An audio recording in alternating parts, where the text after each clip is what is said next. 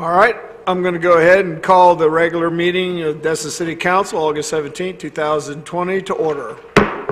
First up, we have our invocation by Pastor David Butler from Faith Assembly Christian Church. Pastor?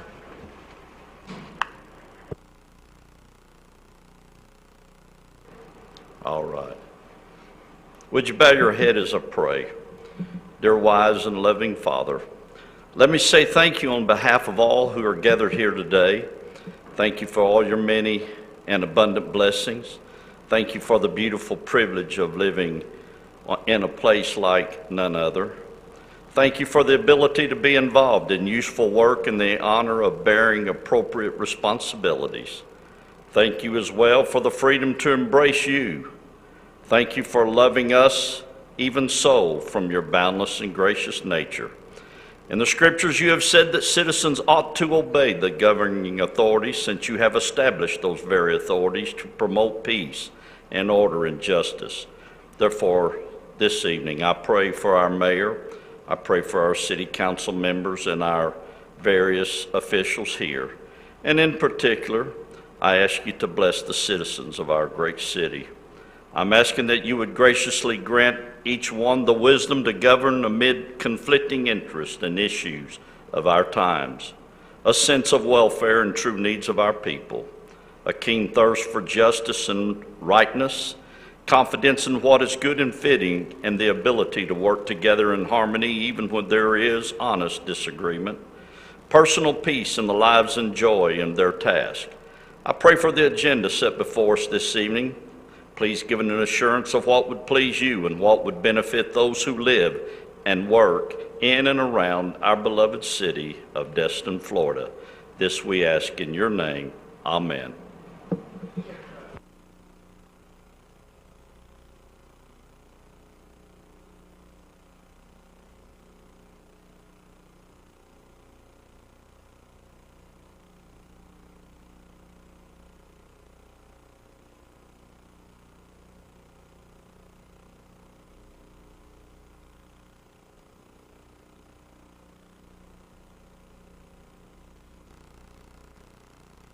Okay, first up is we have agenda approval. Council Mr. members? Mayor? Go ahead, Mr. Mayor? Mr. Overdeer. Yeah, I'd like to try to walk on an item under my time on 7D. It's a request from the 7th Special Forces Group. They've got a request for a training agreement, and I'll talk about that when we get to my portion. Thank you, sir. So noted. Go ahead. Mayor, I've got one. If we could, at the beginning, perhaps before public comment, I'd like to insert an opportunity for one of our local citizens to come and speak to the board about a potential need and issue that they've got on, I think, 3rd Street with regards to traffic flow and potentially putting in some speed bumps. So if he could come up and talk to the council for just about 5 minutes, I don't think it'd take too much time. Okay, we can do that right after. All right, so noted. East Pass Dredge litigation. All right, so we have these walk-on items, interjected. So I'll entertain at this point if there's no Mayor, other. Go ahead, Mr. Mr. Morgan. I was speaking to our city attorney today, and I think there was the Sunday parking at Marlar Street lot. We had originally had a 7-0 vote for staff to bring it back to us many months ago. Ray has the minutes of that meeting, and so I would pull this item for the next meeting and to give staff time to do the research that we had directed them to several months ago. So go ahead and remove under your name 7G1. Yes. Okay, so that's pulled. All right, try again. Any other changes? Okay, seeing none, I'll entertain a motion. So moved. Second. Got a second? Let's go ahead and vote. Mr. Morgan? Yes. Mr. Destin? Yes. Mr. Marlar? Yes. Mr. Overdeer? Yes. Mr. Menchel? Yes. Dr. Ramswell? Yes. Mr. Braden? Yes. The agenda has been approved. All right, first item is 1A, approval of the minutes of the August 3rd, 2020 regular city council meeting. I'll entertain a motion. I'll make that motion, Mayor. Got a motion? Second. And got a second. Any comments about the minutes of this meeting? Seeing none, Mr. Braden. Mr. Braden? He's froze up. Yes. Okay, we heard you. Your video's lagging. We didn't get to see your lips move. It was kind of strange. And now you're blurred out. Dr. Ramswell, Yes. Mr. Mitchell, Yes. Mr. Overdeer, Yes. Mr. Marlar. Yes. Mr. Destin, Yes. Mr. Morgan. Yes. So we'll work through the technical glitch there, I guess. You got a better signal? Can you see me, Rodney? Yes. Okay, cool. All right, back online. Up next, approval of the minutes of May 4th, 2020, regular city council meeting. I'll make that motion, Mayor. We got a motion. Second. Is there any comments by anyone concerning this? Seeing none, Mr. Morgan? Yes. Mr. Destin? Yes. Mr. Marlar? Yes. Mr. Overdeer? Mr. Yes. Okay, Mr. Mitchell? Yes. Dr. Ramswell? Yes. Mr. Braden? Yes. So moved. All right, first up on our, under item 2, proclamations, recognition, special presentations, we got Mike Stubblefield, the manager of the Destin Airport Tower, doing a presentation on drones and kites. Mike, come on up, you have the podium. Just hit the button and we'll hear your presentation. Mr. Mayor, City Council, thank you for your time. We have a problem here in the Destin area. It's causing some unsafe activity with the aircraft that are flying in the area, and we're needing some help, possibly even maybe getting a city ordinance or something to control or help mitigate the problems that we're having with the drones and the kites. The kites are getting way too high. We've had them up as high as 700 feet, and it's right in my pattern. We had a drone this afternoon at 3 o'clock that shut down my traffic pattern because it was right off the end of the runway. I need help. The sheriff's department needs help. They have nothing to enforce. So if you can help us, we would greatly appreciate it. The presentation is on drones and kites. If you would go to the next slide. These are some incidents that happened throughout the year. This goes back to the earliest I could find was 2017, and it goes back to 2015. Drone crashed into empty seating at the U.S. Open tennis tournament in New York. Drones are not authorized there at all. Over any open air assembly of people, Crab Island, anything like this, sporting events, they have to have permission from the FAA and any person governing the event. There was a teacher. Mike, can you speak in the microphone for that? Sure. People that are online, thank you. I'm trying to read it too. A drone collided with power lines in West Hollywood, California. It caused a power outage of 700 people in South California. They never found out who it belonged to. In December, drone flying near the Space Needle in Seattle collided. UAV flying, actually had permission to be flying, but it was at the Golden State Race bicycle race in California. It crashed into the trees. Parts of the drone turned around and lodged in a bicyclist wheel, caused him to have an accident.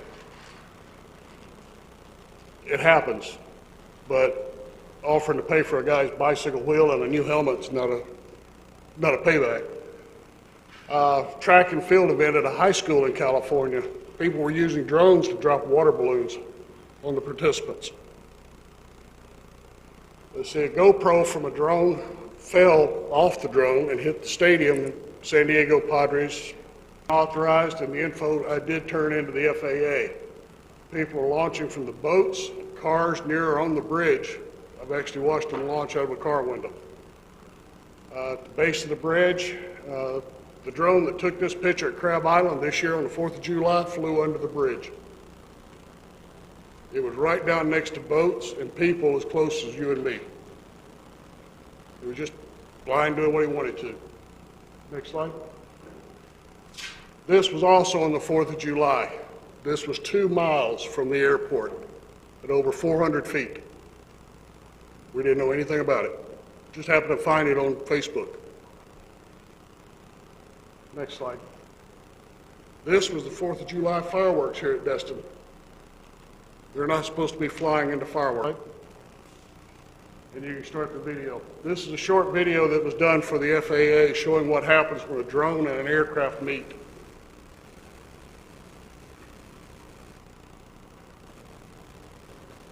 It ripped the wing open. It damaged the spar, which means in flight the wing could actually detach from the aircraft. Miss Patty right here and her husband were flying down the beach the other day at 1,500 feet and went right by a drone. Nobody knew it was there. And like I said this afternoon, we just had one off the end of the runway that shut us down for a little bit. We go right to the kites. This kite was right out off of Destin Commons. I'm asking that they do it and help us out. Stay next to the buildings. And there is a section off the end of the runway that we have to protect. Even the parasails can't go through it. I would prefer them not to be there, more than the helicopters that were flying by. Next slide. We just need your idea that when they sign in on their lease, it's on the lease. No drones, keep the kites close to the buildings. They can fly a drone inside the Class Delta. We just need them to call the tower. They have to have approval from the FAA. I can no longer. Last council meeting from someone with the FAA, and he sort of explained what they're facing from that perspective. So this evening, perhaps make a motion that would seek to, in the name of safety, actually reinforce existing FAA policy. Because I believe they have a policy in place that states something about 600 feet or 60 feet or... Drones are not allowed to be above 400 feet. So if we could establish some sort of ordinance to bring back to council that's based off what the FAA is already doing, and maybe look at doing it within the Destin city limits. I know we can't govern the water, but we could at least say terrestrial airspace, if that's such a thing. Anywhere along inside the Destin city limits, you have the authority over it. Right. So that's the beach, the Crab Island, whatever else. Yeah, I think this is a good idea and certainly something that we can go ahead and bring forward due to its importance. So I'll craft that into a motion, if you will. You want to, before you do that, Dr. Renzo, you want to let a couple other council members weigh in, and then I'll give you that opportunity at that time, or do you want to go ahead and do it now and we'll have discussion? I'll go ahead and make the motion now. Go We ahead. always have discussion. Yes, go ahead. Yeah. Go ahead and make it. So I'll make a motion for staff to craft an ordinance based off activity and kites. Sir, the gentleman was here at the last meeting talking about the drones. He was going to get with the sheriff's department there and discuss what they could and could not do. I would like to hear from him if they were able to get together and if there's anything they can do. And second is, regardless if we need to get with the sheriff's department to find out what they need from us before we go to drafting anything that they can enforce. Yeah, because I know we could do public service announcements and help the tower manager out with just pure information. Yes. Airport manager, go ahead, sir. Yeah, go ahead, First Steve. of all, following up on what Mr. Braden just said, is Captain Howell there? Could he answer that question? Was he able to get with Mr. Wilson since the last meeting?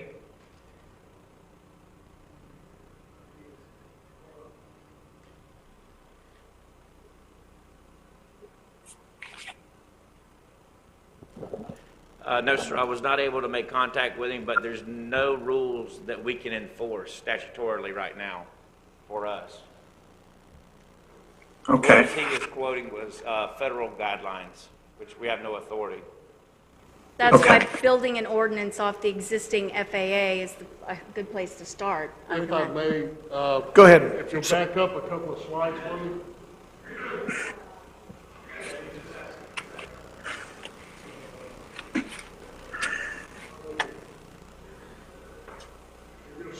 this slide. House Bill 1027 that was passed in 2017, it allows local governments to enact drone ordinances pertaining to the nuisances, harassment, voyeurism, these type of things. The state has passed this, but it's up to the local governments to do what they need to pass the ordinance. So if that answers your question. Yeah, probably if you would like a friendly amendment, I would instruct that staffing loop in the lawyers to engage the sheriff's office legal counsel as well, so that as we're building this, we have their understanding buy-in and that we don't have any jurisdictional questions, so that we don't go through this process and leave them out. So if we could include that, and I would also like to make sure that we enshrined what Rodney was talking about, that we will be bringing back some ideas from staff to us with regards to how do we make sure that sort of the message gets out and we communicate to the visitors that, component. Yeah, absolutely. Part of a PR initiative. Maybe some signage. Yeah, signage, brochures, Are you okay with- website, and absolutely. And I didn't spell out speaking with the attorneys and speaking with the OCSO, but certainly that's something that. I'll continue. A couple of things. Number one, Dr. Ramswell, if you don't put a date certain on this, well, I would suggest at least let staff brief us each meeting what the status of this is until they can get this resolved. And Mr. Wilson, a question to you, sir. First of all, thank you for your information. When you get these type of sightings, do you notify the sheriff's office at all on this? Realizing that Captain Howell just said they can't do a lot, but do you make any kind of notification, sir? Yes, sir. I asked them so they could try to make some kind of contact. If they're able to locate the person, they will get the information, name, and right now I'm forwarding it up.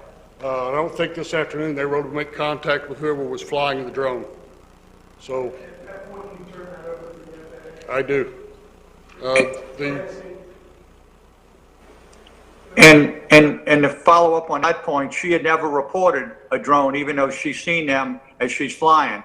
I would also offer as a suggestion to brief your pilots to make more notifications to you as well, because apparently they're not doing that. The one drone today, sir, was reported by a pilot. Great. The Great. FAA has just changed it also. It's now considered suspicious activity for drones. So it's up to our reporting of drones. Thank you, sir. Appreciate your information.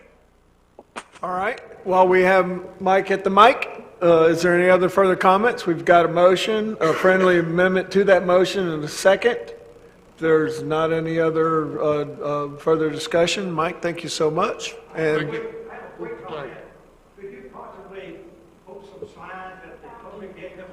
Sir, you need to speak in a mic and wait until Come on. public comment. come on unless- up. Does he need to wait for public comment? No, we're right in the middle of about to vote on this thing, so. We'll,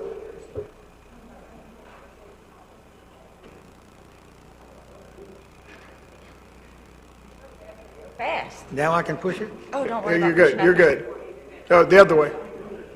Everything I've heard is good, but I don't know how much actual power you all have. I wonder if you could not post some signs, possibly short signs, at the public entrances to the beach about drones and just basically a bullet, max altitude, not over public, et cetera, et cetera. And the other thing, could you include in the things that are for short-term rentals, another blurb, a couple of bullet points about drones for the owners of the properties to include with a short-term rental? That's all. Thank you. By the way, I live in the Enclave. I'm Robert Martin. Thank you. Okay, thank you, Robert. All right. Mike, thank you so much for your presentation. Appreciate it, sir. We have a motion, we have a second, and I think we're good on comments with everybody. We'll go ahead and move this forward. Mr. Braden? Mayor, Yes. Hold on one second, Rodney. Go ahead. would you mind if I repeat it? Okay, Ray's going to read what he has for the motion for everybody's edification. Go ahead, Ray. Motion is to direct city attorneys and staff to draft an ordinance building on existing FAA regulations and restrictions on flying drones and kites. Direct the city attorneys to engage the sheriff's office and legal counsel. Direct staff to bring back ideas to ensure restrictions on drones and kites are communicated to citizens and visitors. Do you want all That those? works. There may be one redundant attorneys, because you started off at the beginning, direct city attorneys and staff. Okay. Yeah. Just one time, you don't have to do it twice. Okay, so we have a motion, we have a second. We're going to go ahead and take it to a vote. Mr. Braden? Yes. Dr. Ramswell? Yes. Mr. Mitchell? Yes. Mr. Overdeer? Yes. Mr. Marlar? Yes. Mr. Destin? Yes. Mr. Morgan? Yes. Vote is unanimous, so moved. All right, next I'm going to read a proclamation on Overdose Awareness Day, and after that, we'll take on the 3rd Street edition.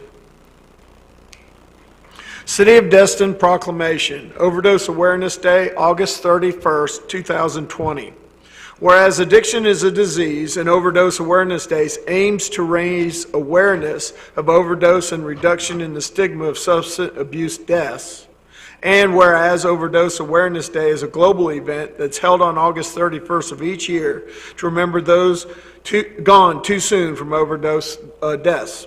And whereas culture change happens in neighborhoods and local communities, and local localities play a major role in assisting with the removal of the stigma of addiction and the normalization of recovery. And whereas Overdose Awareness Day acknowledges the grief felt by families and friends who have been impacted by this disease. And whereas this day seeks to send a strong message to current and former substance abusers that they are valued and supported. And now, therefore, be it proclaimed that I, Gary Jarvis, Mayor of Destin, Florida, on behalf of the City Council, do hereby proclaim August. I want to thank everyone. I probably, on a personal note, just in that industry, in that segment of our community, and I'm sure probably very few people in this room haven't been impacted by this. So I think that's the August 31st needs to be more than a day of remembrance. It might be a day of action. Well said. Thank you, ma'am. All right, up next, we have, in fact, I'll just let you take over. Yeah, I'm going to invite one of our local citizens up. He's going to introduce himself, probably address a little bit of the issue that they're having in his neighborhood, and then I think he probably is going to ask for a little bit of our help in getting it resolved. So I'll just go ahead and give him the floor. How y'all doing? I'm Eric Divins. I live at 534 3rd Avenue. I've been in Destin since '82, so I've been here a long time. I went to Destin Elementary. I live over by Destin Elementary, and the problem is Kelly and Benning, where everybody, the back roads are now the back roads, and it's getting it. So to avoid that stop sign where the daycare is right there, they're turning on 3rd Avenue and going down and hitting Calhoun, or going to 2nd and then on to Calhoun. Somebody passed somebody on that road the other day. My daughter I have an 11-year-old daughter, and now she's going to be homeschooled. So her activity is to get outside and ride her bike. So something needs to be done before I freak out and do something. I'm just, you know what I mean.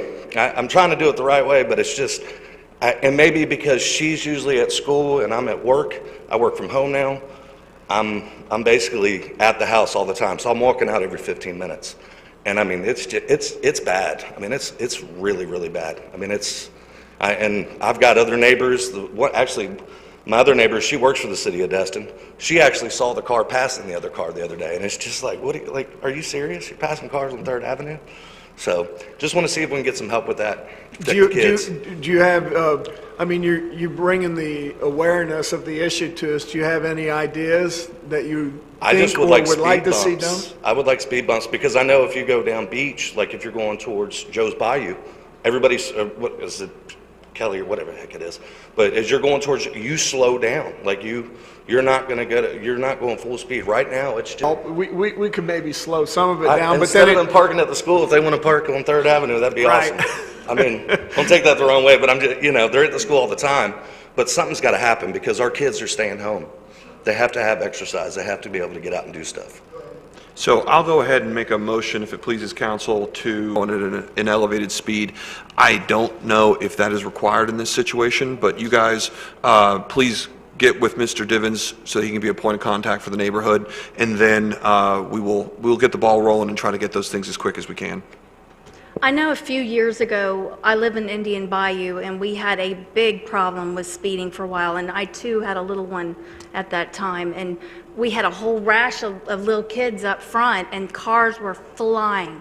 And I reached out to the sheriff's office, and I said, put a trailer in my yard, I don't care. And they did. And so they were able to monitor the speeds of people coming in and out, and then decide what action to take. And ultimately, I think for us, it came down to you have to get like 2/3 of the neighborhood. In the community development way in there, but that particular area, those are our streets. That's FDOT's not involved with that, right? Because we have speed bumps on other roads in areas similar to that outside of HOAs. That probably, Michael, could you weigh in on that? Mayor, before we go any farther, I'm going to second Mr. Destin's motion. Oh, there you go. Sorry, point taken. Nice. All right, so we have a motion and a second, and now we'll discuss. Michael, would you like to weigh in, please? Yes, sir. We have a process for the application for speed bumps or speed humps, and it's really easy to find. If you just go to our website and in the search pane in the upper right-hand corner, just type speed hump. It's the very first thing that comes up, and it does require a petition of the property owners that live on that street. And the majority has to agree to have those installs. It's a majority. Majority, yeah, and all of the details are spelled out in detail in that policy.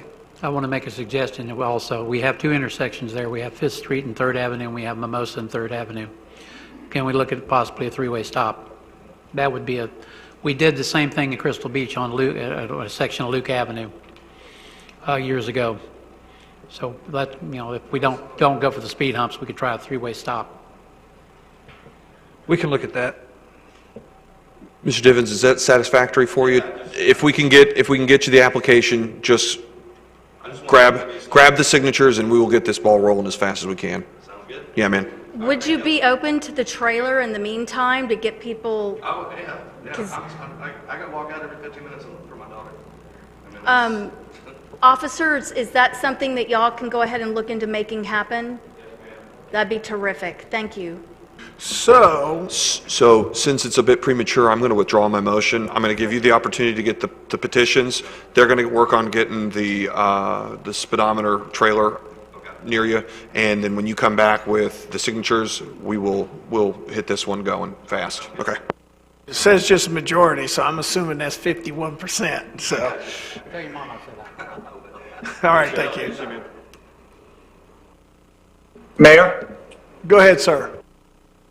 In addition to the trailer that Dr. Ramswell spoke about, the one thing that we could do almost immediately is ask the sheriff's office to increase patrols in that area for speed, just like they did on Airport Road. That's something that could be done almost immediately. Yeah, and I imagine probably the problem is normally around morning time and quitting time. I don't know. So maybe the sheriffs could put increase their enforcement during the peak time, bearing any wrecks that they have to go to or some of the other stuff. But maybe go ahead, sir.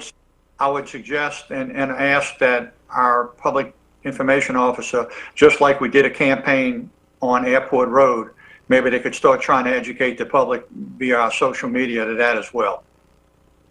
So noted. I'll get with Catherine. We'll do a PSA specifically about. Okay. Thank you, sir. Moving on, we'll move right on into item number 3, which is public comments on the agenda items that are not public hearings. And I don't think we have any public hearings, right? Correct. So any item on the agenda or not on the agenda that you'd like to speak to, we're going to go ahead and open that up for public comment. We'll start with the folks in this room. We have a few tonight, and then sir. Long time no see. That's probably a good thing, right? Yeah, good. Hired from Legendary. some people thought I had some more extra time on my hands, so I became a board member in the Enclave Community Property Association. And so to give you a real quick history, encompasses both the Enclave and Terracotta Terrace. And there essentially is two entrances into that neighborhood from Scenic 98. One is on the east side, which is into the Enclave. The other one is on the west side, which is into Terracotta. The city's property is there's beach access. There is a beach access parking lot, ironically, but no beach access. That is straddles between those two entrances. That's my wife, who will probably be upset with me showing her picture, but she's there to show the scale of the palmetto brush. There was an accident at that entrance where between a bicycle and a car, and the bicyclist hit the car and has sustained a lot of injuries, over $100,000 worth from what I understand from the attorneys and the insurance companies. The city is named in the suit, so are we, Enclave Community Property Association, and I'm not here to talk about the lawsuit because I'm not a lawyer, and really nobody wants to talk about it. I tried to talk to the city manager about it, tried to talk to loss and prevention about it, and nobody wants to talk about it because everybody's being told that if you talk about it, then there might be taken or assumed as some admission of guilt. I'm not here for that. What I'm here for is when I talked with the city manager, I said, what would be a good thing is that if there could be some kind of an agreement between all the parties, which is, I think is now about 5 or 6 lawyers between the insurance companies and so forth, and that says, all the legal jargon, whereas no one here wants to admit responsibility or guilt or anything else, but whereas there's a problem, the people would like to come together and have those palmettos removed. Just go to Pine Straw. It's on city property. It's in the right of way. It's this picture was taken from the parking lot where the beach, where the access beach parking is, which hopefully you're getting a bunch of money out of that now because that was something that the mayor and I talked about a long time ago. But it's still an issue, and as long as it's there, it's going to be an issue, and it keeps growing. And as long as it keeps growing, it's going to become even a worse problem. So we don't think it's a good idea for the city and the Enclave Community Property Association to do nothing. If there's another accident, we're responsible than that, both the city and the community together, to come together.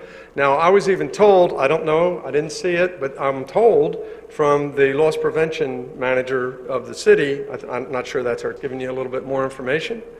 But I think that there ought to be an agreement between all the parties concerned and all the lawyers and say, let's just cut it back. We'll share in the expense to get it gone so that nobody else gets hurt. There are, hundreds and hundreds of people jogging, biking, skateboarding, and everything new that's electric, okay, flying by on that, very nice, cycle path, but nobody is really, everybody's mentally on vacation and they're not paying attention. There's signs, there's everything, but there's no substitute for seeing what could happen. And with that being there, it's not. Can you go to another slide? There's 4 slides to give you another perspective. You see how high it is? Next one. Next one. So, it's taller than a car. It's taller than a pickup truck. And you got landscape contractors going in and out and laundry trucks for short-term rentals. I'm afraid somebody's going to get creamed and we're all going to go like, well, we knew about it, but we didn't do anything. That's not a good thing. It seems like the main issue is the pedestrians, the runners, the people on the bikes, whatever, on the pathway, not necessarily car versus car, correct? No, that's right. Okay. Good, thank you. This is car versus pedestrian and cyclist and electric everything. Okay. Mayor, I'll go ahead and make a motion. I think what Bruce has said is pretty darn reasonable. I'd like to instruct the land use attorney to get with you guys, and let's see if we can find out a way that we can get some of this trimmed back on a timeline that is fairly quick, and also at least have the preliminary discussions of some sort of agreement for the continued maintenance of this. I do remember that under Florida evidence law that technically fixing a problem probably wouldn't necessarily be held against you, but there could be exceptions to that rule. I understand that we got to do a legal analysis, so we might as weave in the city attorney as well, but I don't see that any of this stuff should really be keeping us from trying to at least pull this back a little bit, because I do think it's a hazard. I'll second that, and I had an additional thought too. Could we put in those mirrors so that you see, and I've seen these and going in and out of, I think, different condos and places of this nature where, if you can't see, there's a mirror that would allow you to see around the corner. The Enclave actually has one for a walking path that is on their property. This is city property. Yeah, and so I want to ask a question. We've had a lot of changeover in the last 24 months, and I think you've been wrestling with this with the city in the past. Is there anything, Michael, why we just can't remove the palmettos and put pine straw? Mayor, if I could respond to that real quick. Go ahead. I'm just asking. Because there's some active litigation, and our insurance carrier hired the Warner Law Firm to defend us on this matter. Bill Warner is the lead attorney. My understanding is that he did seek some sort of relief such that we would be allowed to cut it back, and the court did not grant that. But we can redouble our efforts on that and look at it again. I wouldn't want to be the judge that made that ruling. All right, thank you, Bruce. We've got a motion in a second, and I think we'll just leave them at face value and then take it from there. You good with that? Well, and it may not even be necessary to have a motion at all or directive, because frankly, if you need to go talk to Bill Warner and talk about what options we may still have available to us, so long that, I care about this issue. I don't want to see anybody else hurt. So reach out to Bill, and let's then make contact with Bruce and whatever legal counsel you guys may have, because we'd like to see it resolved too. Appreciate it. Okay. Thank you. Let's go that route. Mr. Mitchell, you want to weigh in? Go ahead, sir. I have a question to start off with. The area in question, is it city of Destin, bushes and foliage? Yes. There's a dispute as to ownership and maintenance responsibility in the active litigation. Well, they planted it when they put in the city planted it when they put in the beach access parking lot. And there is a landscaping all the way along Scenic 98. And I just happened to be out there and spoke with him. He's the same landscaper that does the Enclave community property, and he said that when he worked for another landscape company, when that landscaping was completed by the city, that it was part of his scope of work to maintain that landscaping. Okay, Mr. Kroll, thank you. Let me ask you, Mr. Kroll, if it's not the cities, and I realize we just said it's the question about that, but if it's not the cities, it'd be your associations, correct? If it's not the cities, I don't know whose it is, because we didn't plan it. Okay, so my question is, do we have to go And it's on city property. At this point, I would ask if we could just stop the discussion about active litigation. I'll be more than happy to stop this, because yeah, I know, you're getting into legal stuff. we're getting into legal murkiness. And Steve, I'm telling you, man, they're requesting it for a reason. So why don't we just allow the lawyers to reach out, and we could maybe file a joint motion to where we can see if the judge will give everyone the opportunity to cut this stuff back. That's just the request. That's all we're asking. Thank you. Thank you, Bruce. We'll look into it. We'll let our attorneys do that. And so we're going to nip this in the bud at this point. Go ahead, Kyle. Let me just reiterate for the record, the city's position is that is not our maintenance responsibility. I just need to reiterate that for the litigation here. Roger that. Roger. And I've withdrawn my motion. Okay, motion has been withdrawn. All right, thank you, Mr. Crowell. Appreciate it. And we withdrew the motion, but our attorneys are going to work on that, or they have been actually already. So who would like to come up and have a few words? Step right up. Come on up, sir. But come on up for the public record. Just state your name and your address and have at it. You have 3 minutes, even if you only need 3 seconds. Robert Martin, I live in the Enclave. We did have another incident about 3 years ago where a gentleman was stopped. A woman bicyclist was coming behind those. She couldn't see it. He started inching forward and she hit him. She peeled into the grass, said, "I'm not hurt, don't worry." She got on her bicycle and went on the way. I have personally almost hit a guy. I had stopped, I was inching forward. This guy had his earmuffs on, listening to something, going like a you know what, out of you know where. And that's two things. The other thing I'd suggested is maybe if we can't do anything because of the attorneys and the lawsuit, can we not put some speed bumps on the path heading east to slow the bicyclers down? If nothing, and I know. Well, it doesn't have to be big ones. I'm not talking about mountains. I'm talking about little ones, and a sign like, hey, something like that. A sign we could probably do without interfering with our litigation issues. Thank you, sir. I appreciate your comments very much. All right, up next, come on up, ma'am. She'll wipe the microphone for you real quick. You are so fast. Just remind you, just state your name and your address, and you got 3 minutes. My name is Chris Lanou, and I also live in the Enclave. My unit overlooks the entrance. The city actually did put up some caution blind corner signs about a year ago, one for the pedestrian, one for the cars. The one for the cars disappeared off its post a few weeks ago and has not been replaced. But a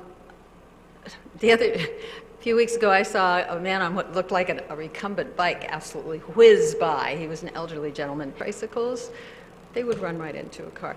And speed bump, if you're going to put in a speed bump, put one in for the cars, because they do not see a pedestrian or biker until the next step is in the road. Thank you. Thank you so much. Go ahead. Staff, could we see about getting that sign replaced if it is in fact missing? Just check into it for us. Will do. Thank you, Michael. All right, next up. Thank you, folks, for coming that are leaving. Thank you so much. Come on up, Patty, if you're next. Great, thanks. Patty Brown, 86 Shira Street, Destin. About a week ago, I sent all of you an email regarding next door and some aviation strings. One that was started middle of May with 119 was the helicopters. It has since evolved to jets, to civilian aircraft, and to now a sentiment of anti-airport. We need to close it, turn it into a high school, turn it into a park. As you know, it's got grants on it, so grant insurances will not allow the airport to be closed unless the money is paid back. Yeah, and it belongs to the county. So being an aviator, I'm very sensitive to these posts. And so I have tried very hard to go on and be Aviation 101 in the most simple way I can explain some of these things, because they just don't make sense to me when I'm reading. I've also gone out to the areas where these complaints are coming from to see for myself, and I just can't substantiate most of their claims. It has got very ugly in name-calling, definitely a war between the two groups. Not on my part, but I see it a lot on the residents' part. And having come from California and seen this happen at California airports, the intent is get a couple buzzwords like touch and goes, or people are going to die, and you start eliciting this fear of people. And right now, these jets are going to crash, they're going to kill us, and just on. And it's done to close these airports. And California being so liberal, that has happened at a lot of airports. So I ask that the council uses its due diligence, because what the intent is now, it's a group of, I would say, a dozen people that are making all of these comments, is to come to you and basically ask you to restrict aircraft operations. And I think that the majority of pilots that I know all really try to fly and be good neighbors. The FAA has been alerted to this. They are seeing no violations. They've been out to people's houses on Indian Trail, Indian Lake, Indian Bayou, and they can't find things. And the tower's phone number was released, and when I was flying to Miami on Friday, the tower was so busy. I don't know how they're taking these phone calls, because some of these neighbors are calling in 10 times in a row. And this is a safety issue. The tower's number should have never been given out to the residents. It should be someone at a desk that is answering these calls and dealing with it. But to be calling Mike in the tower when he's trying to manage all of these arriving and departing flights is just not good. And so when I flew in on Sunday, I wanted to do a visual of some of these areas because I wasn't sure exactly how far they were from the airport. And one of the things that I noted was that some of these areas were a fairly good distance from the approach and departure end of the runway. And then I looked, and the area where they want to develop all those houses is right there. And we're getting these complaints from all over. What are we going to do when we're putting $1 million houses in those lots that are right adjacent to the airport? I mean, this is just going to create even more of a problem. So I ask that you please do your due diligence when you start getting these people complaining to you, because it's really not fair that this is being blown out of proportion when I don't think a lot of it can be substantiated. Thank you. Thank you, Patty. And the good news is Okaloosa County's got responsibility over that, so that eases some of that pressure from certain citizens. Nobody lives closer to the flight pattern than the mayor. I live at 804 Mars Street, and Tommy Nard, when he used to fly over, used to roll me with toilet paper, bomb my house. So I understand the jets have gotten bigger and the noise occasionally gets bigger. Even my dog watches the planes go over when they come over. But the airport's very important to this community, not just to the pilots, but for the community as a whole. And so I think most of the folks here on this council understand the value of that airport. And you know, with social media being what it is, everybody's got an opinion, and they're going to share that opinion whether it's valuable opinion or not. So I'm not wanting to say don't worry about it, because you're bringing up valid points and valid concerns, but for me, in my standpoint, I understand the value of that airport, what it's meant to this community for the last 40 years, not just today. And it's gotten a little bit bigger, but that's made it more valuable to our community. And there's a lot of economic value that comes and lands on that strip every single day, and we don't need to diminish that in any way, form. And of course, that's my opinion. Anyways, thank you for your presentation. Is there anyone else in the room tonight that wants to step up to the podium? Do we have anyone queued up online? No, we don't. Ray, do you have any comments or texts or emails to read? No, sir. Seeing none, I'm going to go ahead and close this portion of the meeting, and we will move right on to the city manager's report. Our city manager, Lance, is a little under the weather, so we've been blessed with Webb Warren, our deputy city manager. And Webb, you're in the limelight tonight. Thank you, Council and Mayor. Before we begin with the city manager reports, I'd like to ask James, our IT technician on staff tonight, to read into the record all staff in virtual attendance at tonight's meeting. In attendance, we have Lance Johnson, Matthew Pace, Catherine Card, Karen Jankowski, Crystal Strickland, and Lisa Firth. Thank you, James. The first item we have before you under the city manager reports is 4A, Captain Royal Melvin Heritage Park. It's a covenant of purpose, use, and ownership. This is a document that is required for projects being funded by the Restore Act. If approved, this document will be sent off to the county and treasury, which, if approved at that level, will allow us to move on to the construction phase of this project. Here to provide more information on this item is our projects and grants manager, Mr. Jeff Kozad. Thank you. The covenant of purpose document is basically the last document on the construction checklist that's been provided to us. We do need to execute it and then record it. We'll send it to the county, they'll submit it to Treasury. Treasury will review that document, and if approved, go ahead and grant us permission at that point to sign the construction contract. And once that's executed, we'll send that back to Treasury, and then they will give us the notice to proceed, green light after that, at which time we'll have a chance to get together with contractors, subcontractors, with a pre-construction meeting, and then hopefully construction will begin shortly thereafter. And that's kind of the schedule and plan for things. I don't have a time frame exactly. I'm hoping 2 to 3 weeks maybe we can get that accomplished. Some of it depends on how quickly the county and Treasury act. So I know for our part we'll act very quickly. Hopefully they'll do so as well, and we can get this thing up and rolling. All right, thank you very much, Ms. Ramswell. Thanks. I just had a couple questions. Under B, item 2B, where it discusses the effect on budget, it notes that there was some unspent funding available from multiple accounts used for design work. And I'm just wondering how that's possible, because I know over the past several years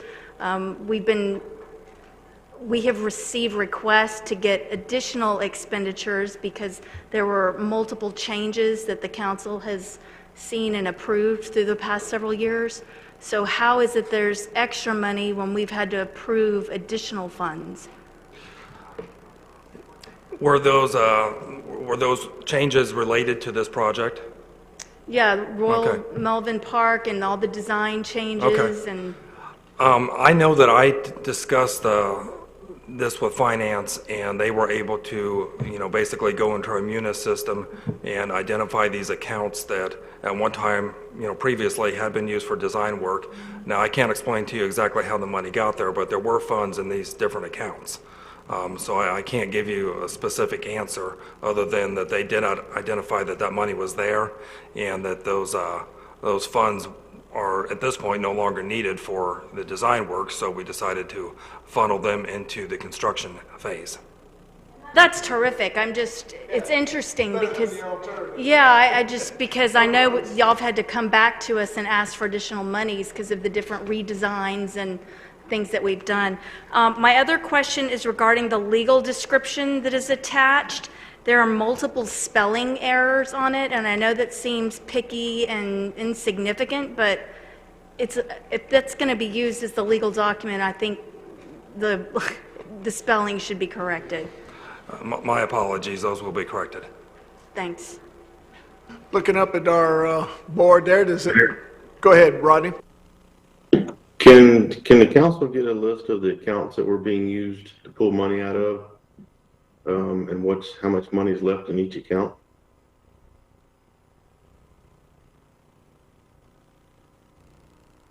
We'll be happy to provide that information. Thank you.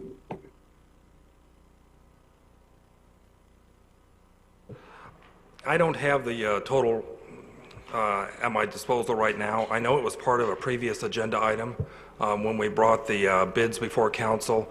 At that time, listed in the information that was brought was the account numbers and the totals for each account. And that was part of the previous agenda item. Okay, thank you. All right, council members, any further questions concerning this issue? Seeing none, let's move on. City manager? Well, I'll make the motion. Oh, you're going to make the motion? Yeah. Oh, that's right, there's a preferred motion. Go ahead. Go ahead. Yeah, I'm sorry, can we make an amendment to the recommended motion to include both the city manager or his designee to have the ability to execute that document? Absolutely. Thank you. Okay, I move that we authorize the city manager or his designee to execute the covenant of purpose document for the Captain Royal Melvin Heritage Park project, then have the document recorded at the office of the clerk of court for Okaloosa County. I'll second that, Mayor. All right, I got a motion, I have a second. Any further discussion? Steve, or were you just going to second it? I was just trying to second it. Roger that. All right, well, if there's no further discussion, we'll go ahead and take this to a vote. We'll start with you, Mr. Braden. Yes. Dr. Ramswell. Yes. Mr. Mitchell. Yes. Mr. Overdeer. Yes. Mr. Marler. Yes. Mr. Destin. Yes. Mr. Morgan. Yes. The vote is unanimous, so moved. Go ahead, sir. Thank you. The next three items before you are related to the ability of the city to potentially finance future large projects such as beach acquisition or undergrounding of utilities. The beach initiative was identified as council's number one, and undergrounding of utilities was the number two priority items in Destin's 2020 strategic plan. So this is potentially a very important step to accomplishing the city's two top priority items. The first of these items, 4B, is a request to retain bond counsel. We have Mr. John Ford, Mr. Dwayne Draper as virtual guests tonight for this item, and we also have Ms. Crystal Strickland, our finance director, who will introduce the next three items. As always, staff is happy to answer any questions you might have, and I'll hand this over to Ms. Strickland. Jarvis and council members. We hear you loud and clear. Fantastic. So the first item that I have before you, 4B, is for us to confirm our relationship with our bond counsel. Mr. Dwayne Draper of Bryant Miller Olive, he has been the city's bond counsel on the most recent financing agreements that the city has. And I just wanted to confirm this relationship with him and to bring him and his very extensively specialized staff to the city. So this first one is simply confirming our relationship with Bryant Miller Olive. And Dwayne, if you're online, could you just say a few words about your history with the city and this item?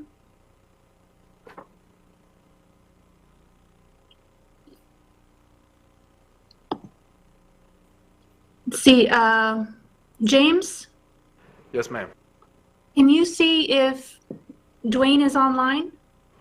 Yes, he is. Mr. Draper, if you'd like to just click the microphone button at the top left-hand corner of the control panel, that should be at the top right-hand corner of your screen. It should show a red circle. If you just click that, it should turn green and allow you to speak to us.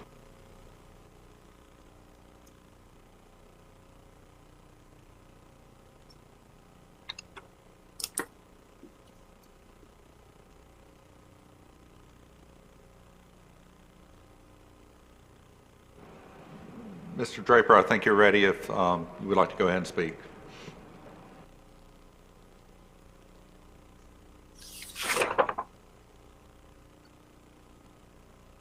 Well, I guess we're having some technical difficulties there, so I'll just say that Mr. Draper and his staff, they are a group of highly respected professionals, and Mr. Draper helped me draft, well, he drafted the next item, which is a resolution of reimbursement intent. He will be helping us with all the resolutions and ordinances that we will be needing in order to properly finance all of these major projects that we have coming down the line.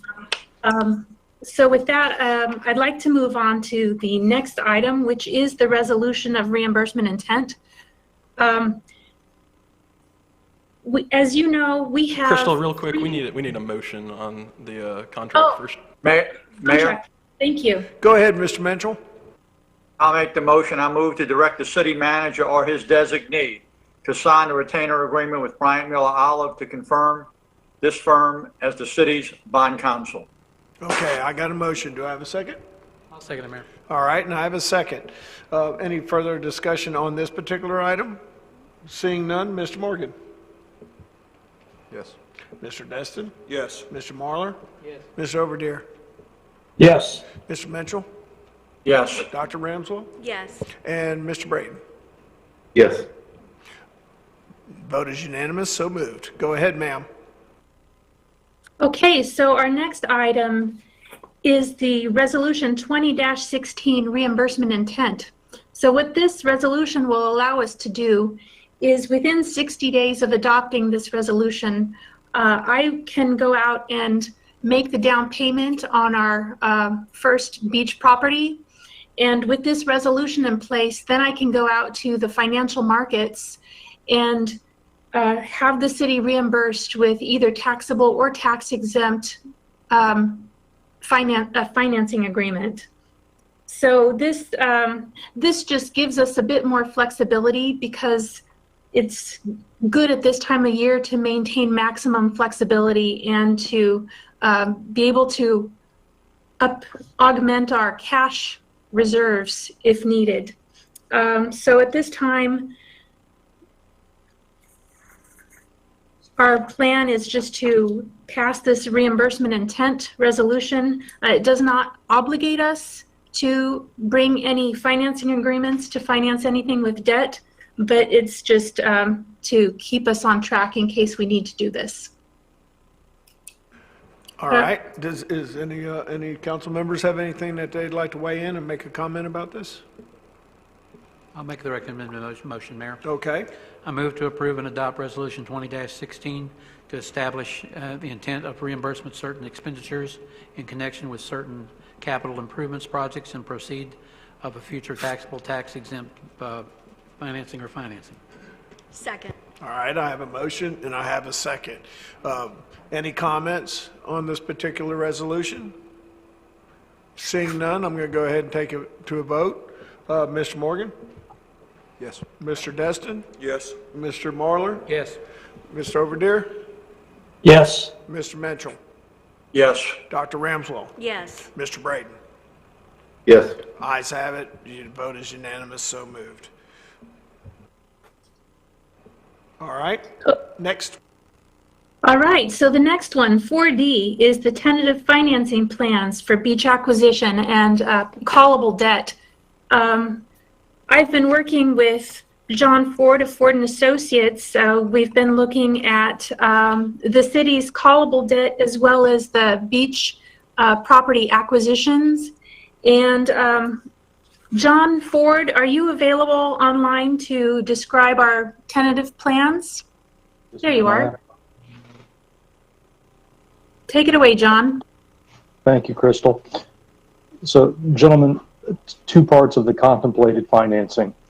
First of all, the city would like to finance these beach property acquisitions. The city would like to, as we understand it, pay for those beach acquisitions using proceeds of its half-cent sales tax. That sales tax goes out through 2029. We've been working with Ms. Strickland to create a debt structure that goes out that length of time that will allow you to pay for, I believe it's roughly $4.25 million of beach property acquisition, rather than assigning the sales tax as the sole pledged revenue. In the current environment, sales taxes have been fairly volatile. I think we all know that. We've seen drops anywhere in the state from about 30% to about 70%, depending upon where you live. So lenders and investors are noticeably a little nervous about sales tax revenues. We think that yours, based on our best guesses, are going to be sufficient, but we don't want to pay a higher interest rate than we need to. So we've been talking to staff about using a covenant to budget and appropriate, which is essentially a pledge of your non-ad valorem general fund revenues, putting that as the security on this debt while still paying it from your sales tax revenues.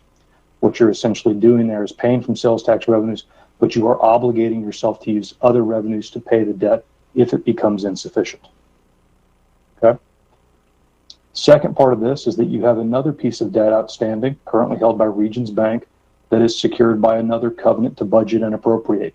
Conveniently, that debt goes out to 2029.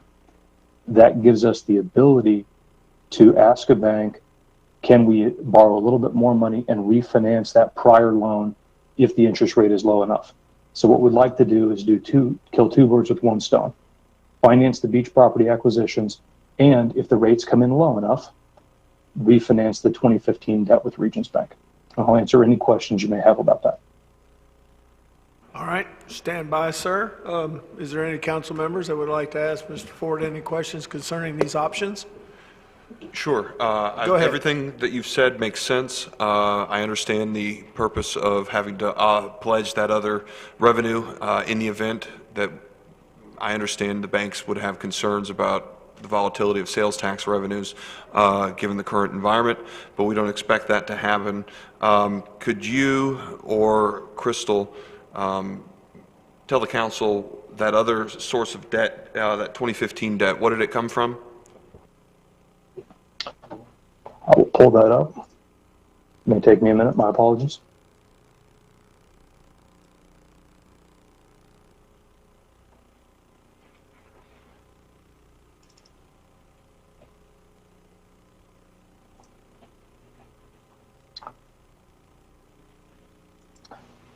My apologies. It's going to take me a minute. For some reason, seems like a night for technical issues. I'm not able to access my drives, but it's all right. I know it's held by Regions Bank, but I'll find the loan itself. It was mostly for just informational purposes for other members of the council, and I understand the goal of refinancing is to save the city a bunch of money, and I do understand the concept of the two birds with one stone in this circumstances. The rates are low, and refinancing is favorable in the moment. So I have no further questions unless, I'm No, on the floor. and once their strategy comes to fruition, they'll bring it back before us to make the final decision, correct? Yeah, okay. Yes. All right, so this is just informational, basically an information. We don't need to make a motion or take action right now anyways, correct? That's correct, sir. So this 2015 note that we're looking at refinancing was originated in 2005. I can't tell beyond that just because it has been refinanced several times. Looks like it originally went,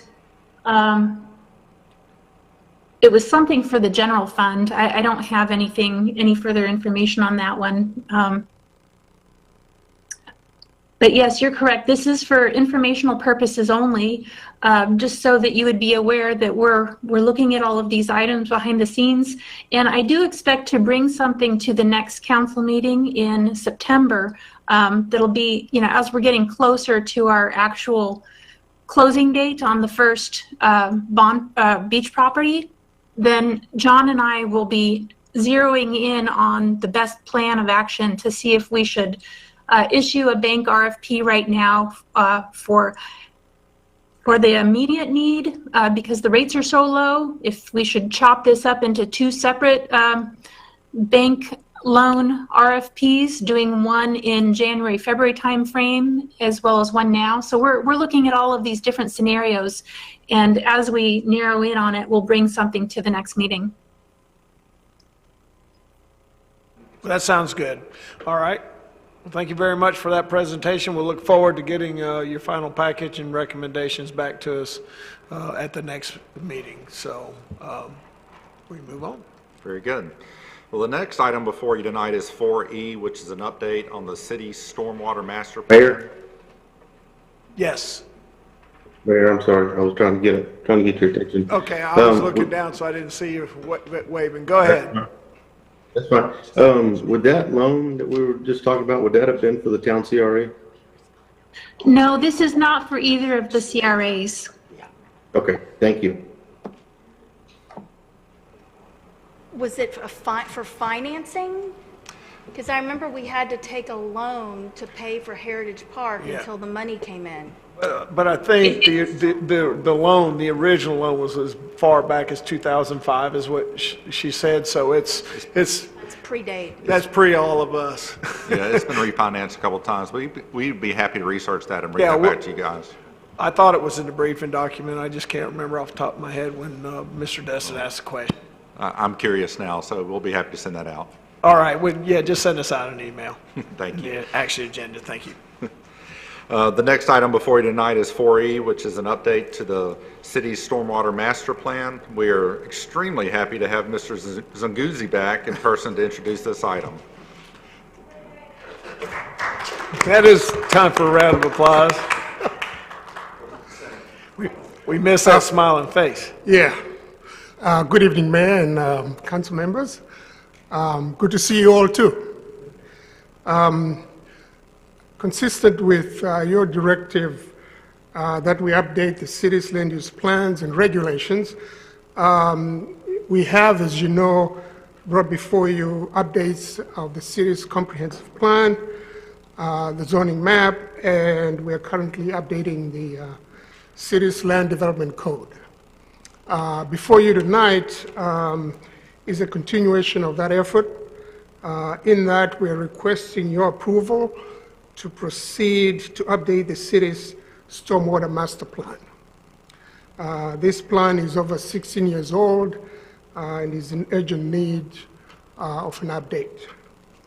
As you know, stormwater standards and regulations are key components in the review of new as well as redevelopment projects in the city. So prior to giving you a sense of what the new plan will focus on, we intend to give you or provide you a quick report on what the current plan has achieved to date.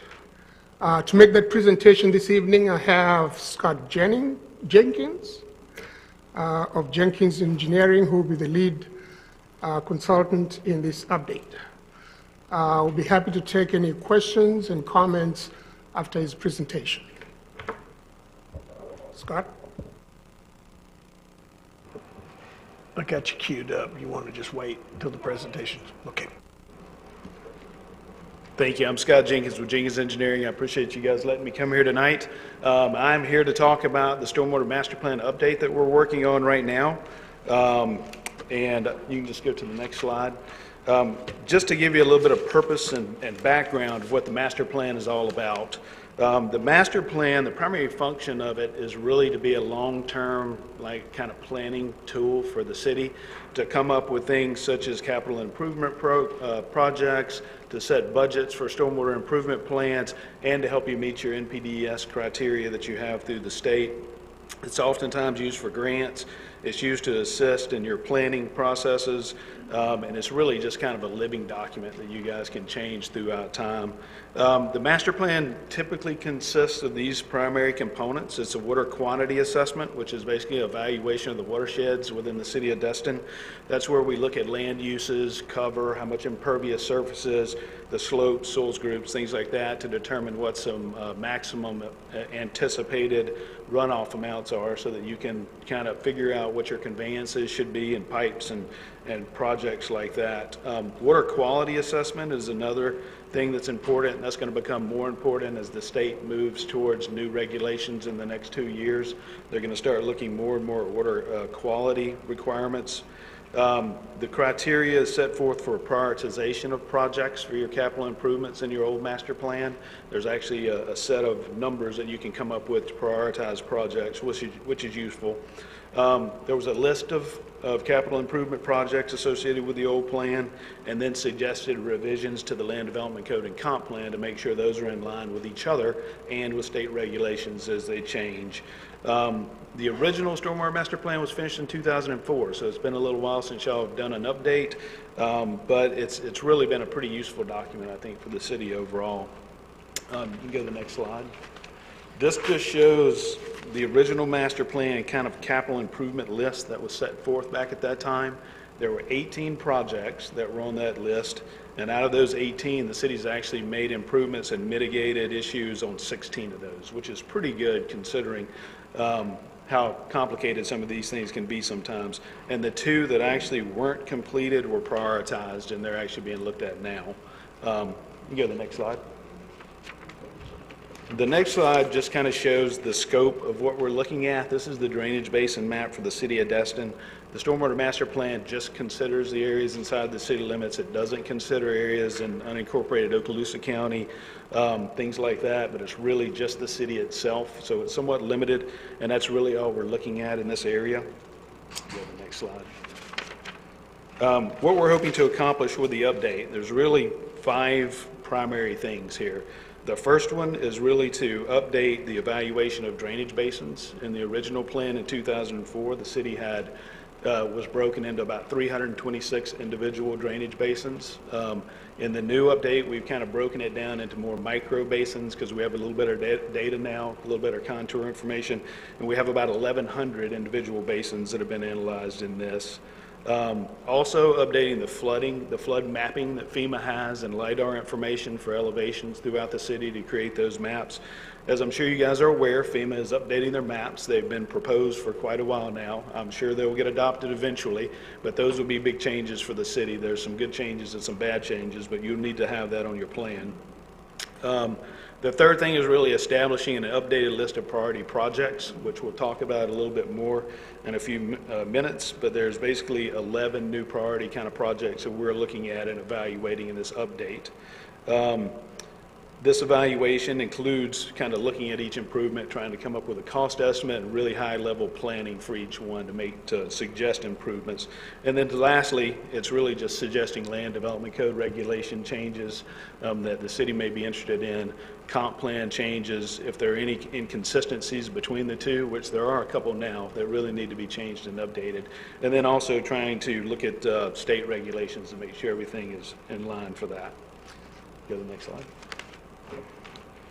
The next slide kind of shows the 11 areas of concentration for projects that we've looked at in this update.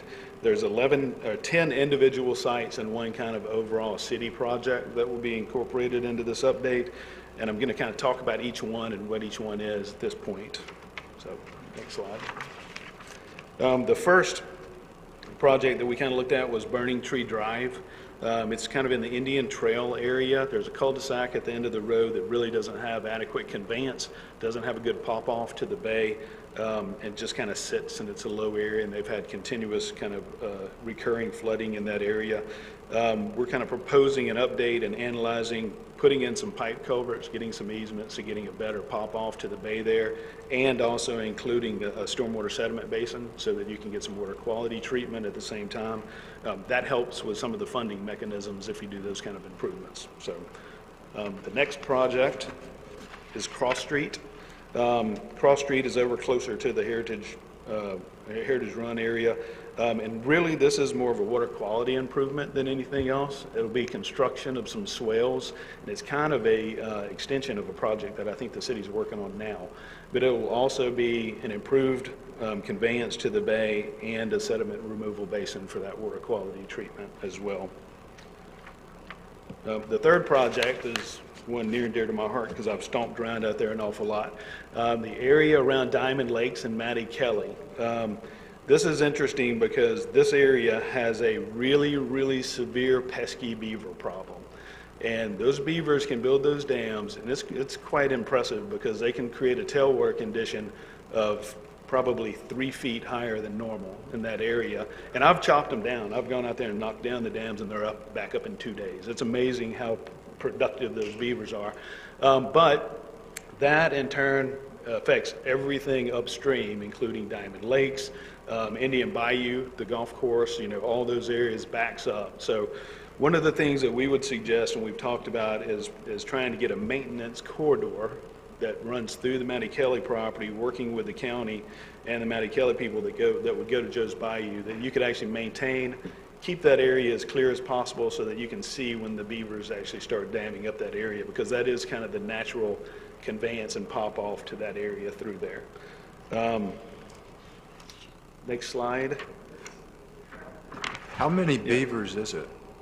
How big do you think the beaver population is? I've been out there and I've seen as many as 6 of them swimming around in that little pond back there at one time with babies and that kind of thing. But I would hazard to guess there's got to be a dozen or so. I think we found something for the mayor to do. You just don't know how beaver I am when it comes to those things down at our hunting lease on the Connecticut River. We have hundreds of them, and they're terrible. They change the entire watershed, basically. It is incredible what they can do. I'm just surprised that nobody from your firm or from the city has asked us to hire trappers to come in and get them, because that's the only way to do it. They did at one point. Yeah, they did at one point. David and I actually took waders and went out and did that. That's under code enforcement. No, but we jest, tongue in cheek, but there's a reason there's a bounty on them in places all over the country because they are so damaging. And so, having that maintenance corridor would help, but until you get rid of the beavers, you're right. It's just a nonstop battle. Just being able to have a clear enough path that you can see where the beaver dams are going and that you can go in and maintain it would still be a lot of work to keep it clear. But yes, you're right. Until the beavers are moved somewhere else, whether that be Make a another note of location that, haven't- Deputy Assistant Manager. Time to hire some more beaver trappers. Yeah, they're a problem. First and Second Street's another area that we were asked to look at. It's right up from the boat ramps that goes by you across from the park there. There's some existing culverts that are located under the road there that will be planned to be increased, and some permanent hard armoring put at the outfall to try to protect from erosion and sedimentation. The next one is interesting also, Four Prong Lake. Four Prong Lake is a closed watershed, basically, where everything runs to the lake. It fills up to the point where it just gets in people's yards, and has gotten in houses over there in the past too. And the ideal solution in something like that would be a pop-off to the Gulf. That is nearly impossible to get now. I mean, those are, back in the old days, DEP would maybe work with you, but now. Is Four Prong kind of like the dune lakes and how they behave out in 38 to a degree? Because I know they fill up and then eventually they spill out into the Gulf. The dune lakes pop off. They all have Naturally. outfalls. Right, They all but this have one doesn't. outfalls. This one doesn't have an outfall because of the roadway. All the dune lakes are still open to the Gulf, so they eventually build up enough to where they just blow out. Somebody digs them out, and they blow out usually, but they do have a connection. So each outfall. This does not have an outfall. Is permitting just totally out of the question in this particular case, or can we try to run the gamut? You can get a lot of times an emergency permit, which you guys have gotten before, where you pump over, but it's a temporary fix. It's really, really difficult to get a permanent fix. So I would say that it'd probably be a waste of time, no offense, but it's going to be nearly impossible. So I see you have lines drawn, so what's the solution? Well, it's not a great solution, but it is something that I think will probably help. There's a possibility that you could put in some exfiltration trenches in a lower elevation across the street within the right-of-way that's available. And one thing, it would help draw the lake down faster because it gives it more ability to perk in the ground. And it would provide some volume and attenuation for the lake. But that's a I'm tough. sorry. Oh, I was going to say, 3 or 4 years ago, when we had that really bad storm, 2014. I do remember when that lake did essentially push out and shove out under the road all the way over to the crab trap. And then they had put pumps and everything over there and were shoving it out back into the ocean. So why didn't we do some sort of pipe or something then? Because it was already all blown out. Yeah, it's all the innies structures became outies, and it went out the wrong way because it got so high in the lake over there. So it all came back up the drainage system. Okay. And Is there any way to run that into your regular sewer system where? sewer like storm, sewer like sewer? Norton's- Yeah, your normal storm runoff system. Yeah, you can. It's so limited there, though. Really, what happens in that location It's is a the storm geographic system goes to Four Prong Lake. So everything goes there, and then it fills up and backs back out, pretty much. So that is an interesting, tough one, and I think mechanical, emergency pumping is going to have to be done. Now, I've been here a long time, 20-ish some odd years, and I've only seen that lake maybe flood twice. One time in 2014, one time in the early 2000s. So it's not a huge occurrence, but it is a very significant problem when it does. So the next one is Heritage Run. There's a ditch location behind Heritage Run that actually runs back over to Calhoun and then underneath the roadway to that discharges out by the base, the Army facility there. This is really more of a improvement where the city had made an improvement to Heritage Run in the past, and there's some water standing in that ditching area, so it's really reconstruction of that to try to improve that conveyance. The next project is Quill Run. Quill Run's a development that's actually been kind of built up around over the years, so they've kind of become landlocked more or less, and the proposed idea there is to provide a pop-off culvert that would go back to a Gulf Power easement, which would then be graded into a swell, which would go to Quill Lake. Quill Lake goes underneath Airport Road. There's a couple of culverts there, and it actually extends all the way up Airport Road and discharges to a big wetland area right there. So it would give it I'm sorry, and I don't mean to interrupt you, but Oh, I'll that's okay. forget if I don't say something. And I believe it's about Quail Run. Several years ago, Matt Gates, when he was our representative for the area, actually worked to get us a stormwater grant, and I thought it was for this area to repair that stormwater system. Quill Lake. He did that in Quill Lake, I think, and that's what I was talking about there. Not Run, but Lake. I think that was a lake where they made the pipe connection underneath the airport, ran it all the way up the airport's property, and then discharged to the north. I'm pretty sure that was it. So. Thank you. But this would connect to that, so eventually. The next piece of property is really over by Red and Brunson. Red and Brunson is just a really, really low flat area. It's lower than the areas around it, so really the optimum solution to this area, because it's not a ton of water there, it's a pretty small basin, would really be to provide a wet retention pond there. So it would mean the city would have to purchase some property more than likely and build a wet pond and put something there to attenuate that flood water. How many properties are there, developed properties in that? How many are developed or yeah, where you wanted to build a pond? I mean, no, there's empty lots there. There's just empty lots, yes, and they're wet all the time. Probably. They're pretty wet, yeah. That's why they're still empty. Yes, that's probably why they're empty. But we don't own them, so we can't build a retention pond. You would have to come to some terms with the current property owners. Tristan Terrace Court is a little subdivision that's kind of south of 98, closer to the Miramar area.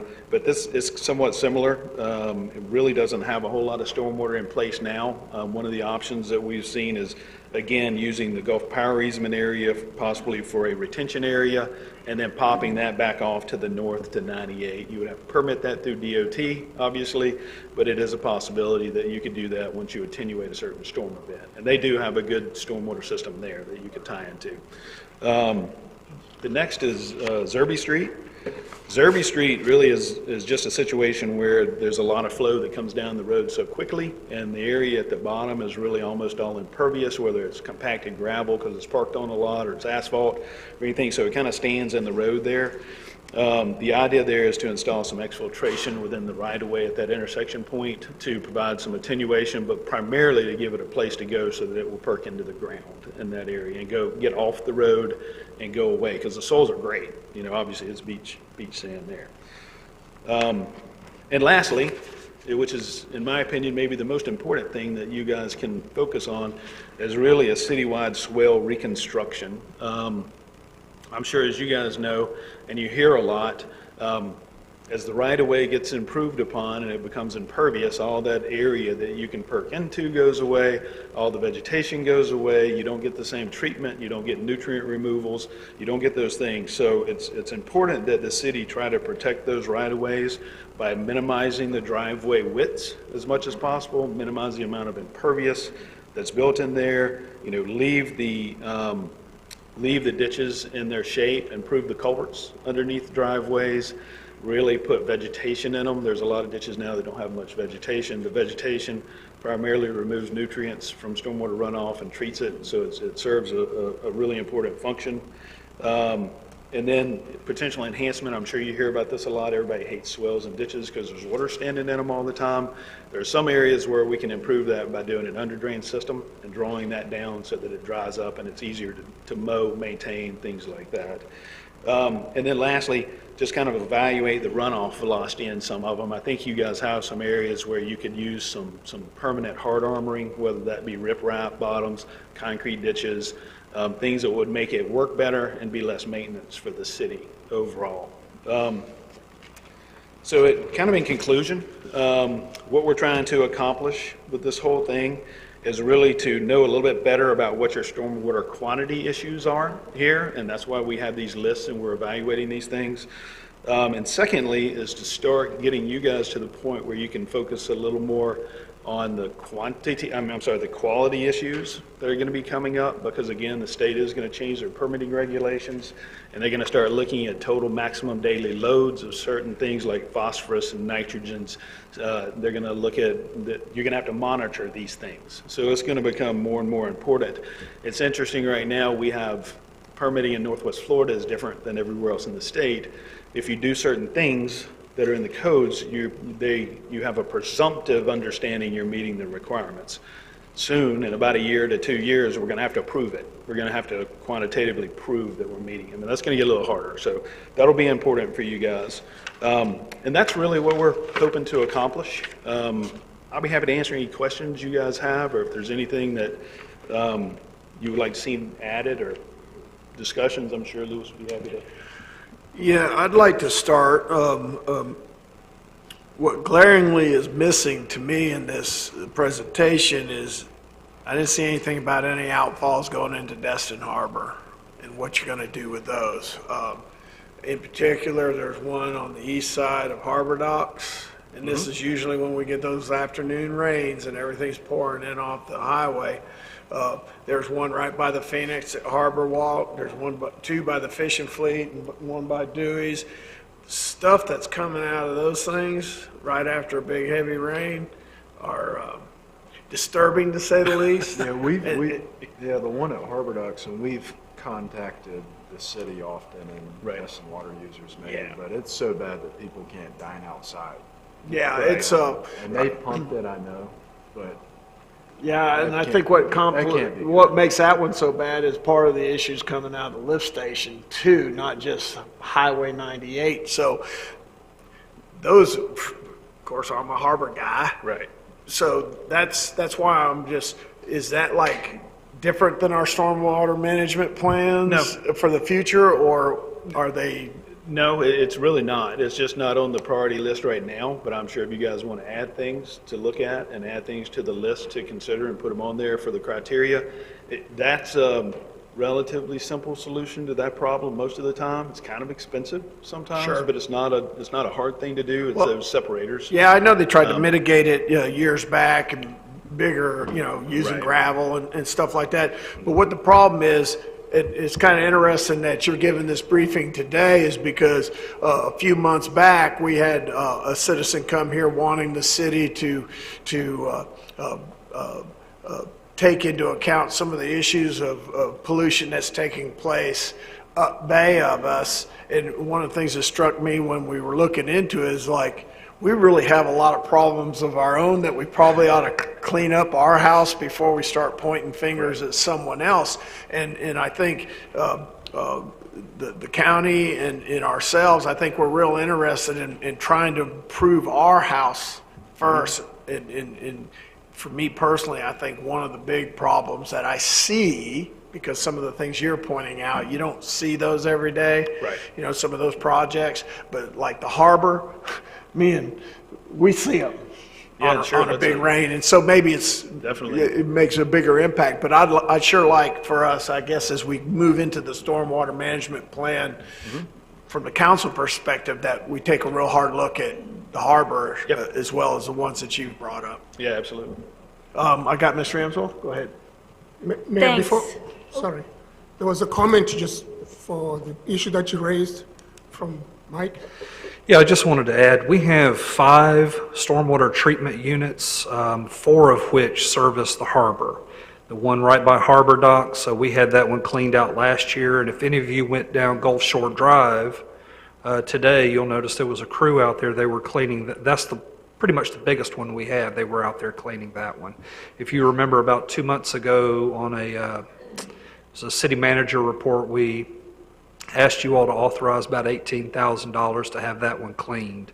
And when we got out there today, it had about 5 or 6 foot of sediment in the bottom of it and litter. So we're out there cleaning it right now. Is the stench that they talk about, and I've smelled it, I mean, it's not supposed to be hooked up to sanitary sewer. Your stormwater is always usually supposed to be separate, unless you're in an old ancient city that thought those things were great to have connected. But so if it's not hooked up to sanitary sewer, I guess, is it just the stench that comes along with composting vegetative matter and things of that nature? That's right. Inside those units, especially during periods like we're experiencing right now where we don't get rains, that water has a tendency to get stagnant, anoxic, and all of those sulfur compounds and nitrogen compounds kind of come to bear, and you're able to smell them because they're gaseous, and you can smell them. But it's unfortunate, but that's how those units work. They hold a level of water all the time in them, and that water has a tendency to get a little rank, rancid after a while. That's stating it mildly, if you smell it Mike? yourself. Mr. Burgess? Yes, sir. Question, do we have those units on some type of routine schedule maintenance?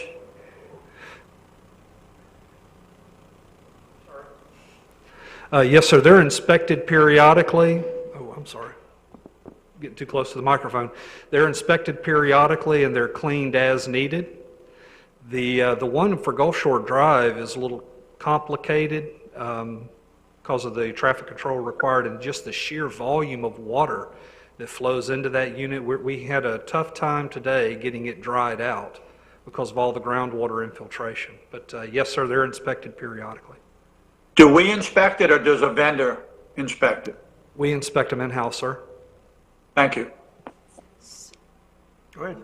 So, couple comments and then a couple questions. So, the swales, I have to say I live in Indian Bayou, and when they did that project a couple of years ago, they put the swales in, and they have worked really well. Right. I mean, I don't think I've seen the street flood since then. The swales fill up just like they're supposed to and carry it where it's supposed to.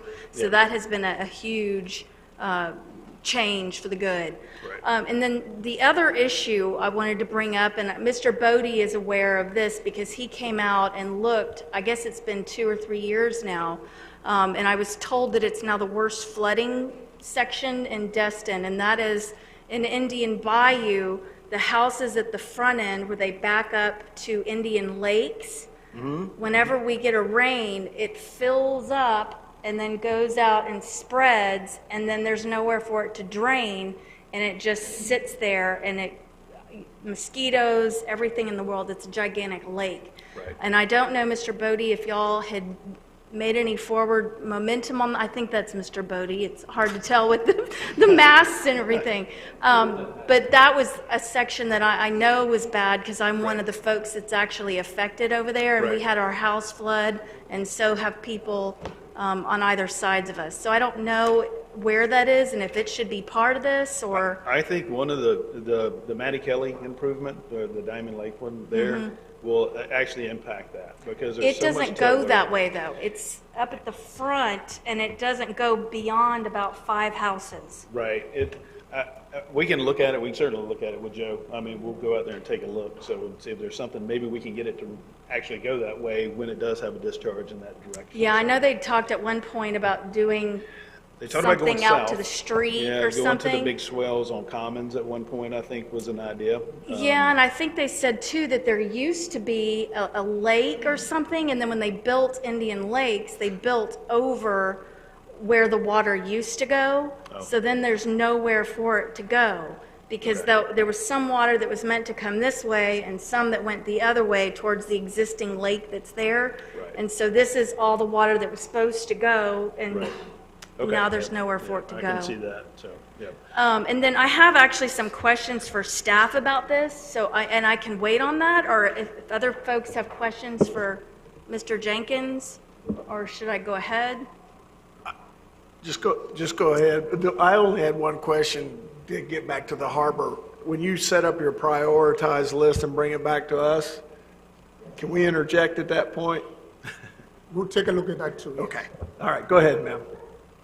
So for staff, my question is, and I guess you're involved too because it's your company.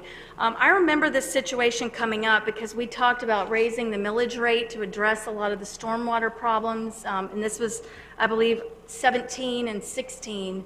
And David Campbell had brought a list of all the stormwater projects, and most of them, I think, actually through time have gotten repaired. But my point being that we actually voted and approved through resolution 1713 and 1806 a stormwater management update plan. 2017 was phase 1 and we paid $75,000, and in 2018 was phase 2 and we paid $62,000, and that was to be the complete master plan prep and presentation. So I'm wondering what happened to that. This is the work that's been completed. So this is the result of those Correct. 2 phases? That's correct. Okay, fantastic. I wasn't clear on that because I found these and I thought, well, why are we doing it again? No, it's done. Not sure why it took so Fantastic. long to get here, but it's done. Okay, good deal, because I didn't see any mention of these, and it sounded like it was brand new. No, ma'am. Glad to hear it. Thanks. All right, Mr. Mitchell or Mr. Braden, Skip, you guys got any questions? You good? All right. Any Thank I appreciate it, sir, and we'll look forward to the development of that plan. Do you have a Thank time, Louis, do you have a timeline of not a date certain or anything like that, but just a general idea of when you would like to have this update close to being finished or brought back before the council for some Yeah. decision making? Right, I'm looking at probably October. Then we'll be coming back towards the end of the year with the prioritization of projects for you. In the process of updating that plan, at that time, you will have everything adjusted in your LDC and the comp plan as well? This will be, the whole thing will be updated?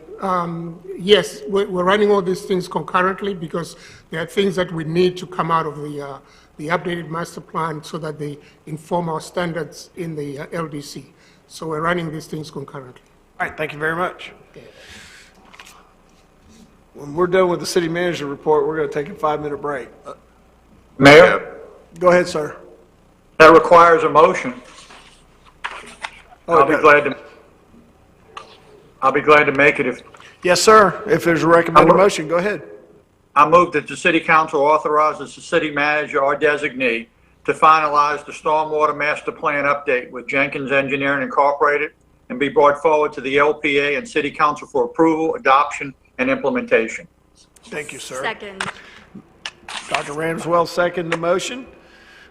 We've had some questions and a presentation. If there's no further discussion, I'll go ahead and take this to a vote. We'll start with you, Mr. Braden. Yes. Dr. Ramswell. Yes. Mr. Menschel. Yes. Mr. Overdeer. Yes. Mr. Marlar. Yes. Mr. Destin. Yes. And Mr. Morgan. Yes. Vote is unanimous, so moved. All right, thank you. Moving right along. Item 4F is staff's update on the progress on the complaint policy. At the July 20th City Council meeting, Council directed the city attorney and staff to work on the city's complaint process as well as update Council on the policy's progress at upcoming meetings. We have Ms. Karen Jankowski, the city's HR manager, and the city attorney Kyle Bowman to provide further details on the progress of that policy. Good evening, Council. This is Karen Jankowski. Late Friday evening, our city attorney, Kyle Bowman, provided me a draft of the revisions from legal. And so I am, actually it's in front of me right now, I am putting it into our city's operating instruction format and making any changes and spelling errors and those kinds of things. I'm making those changes right now. So I'm hoping to have that for senior leaders to review, because ultimately they may have a step in this procedures. So they need to be aware of it and provide any updates and suggestions for the policy as well. So that is where we are with the status. I'm happy to answer any questions if you have any.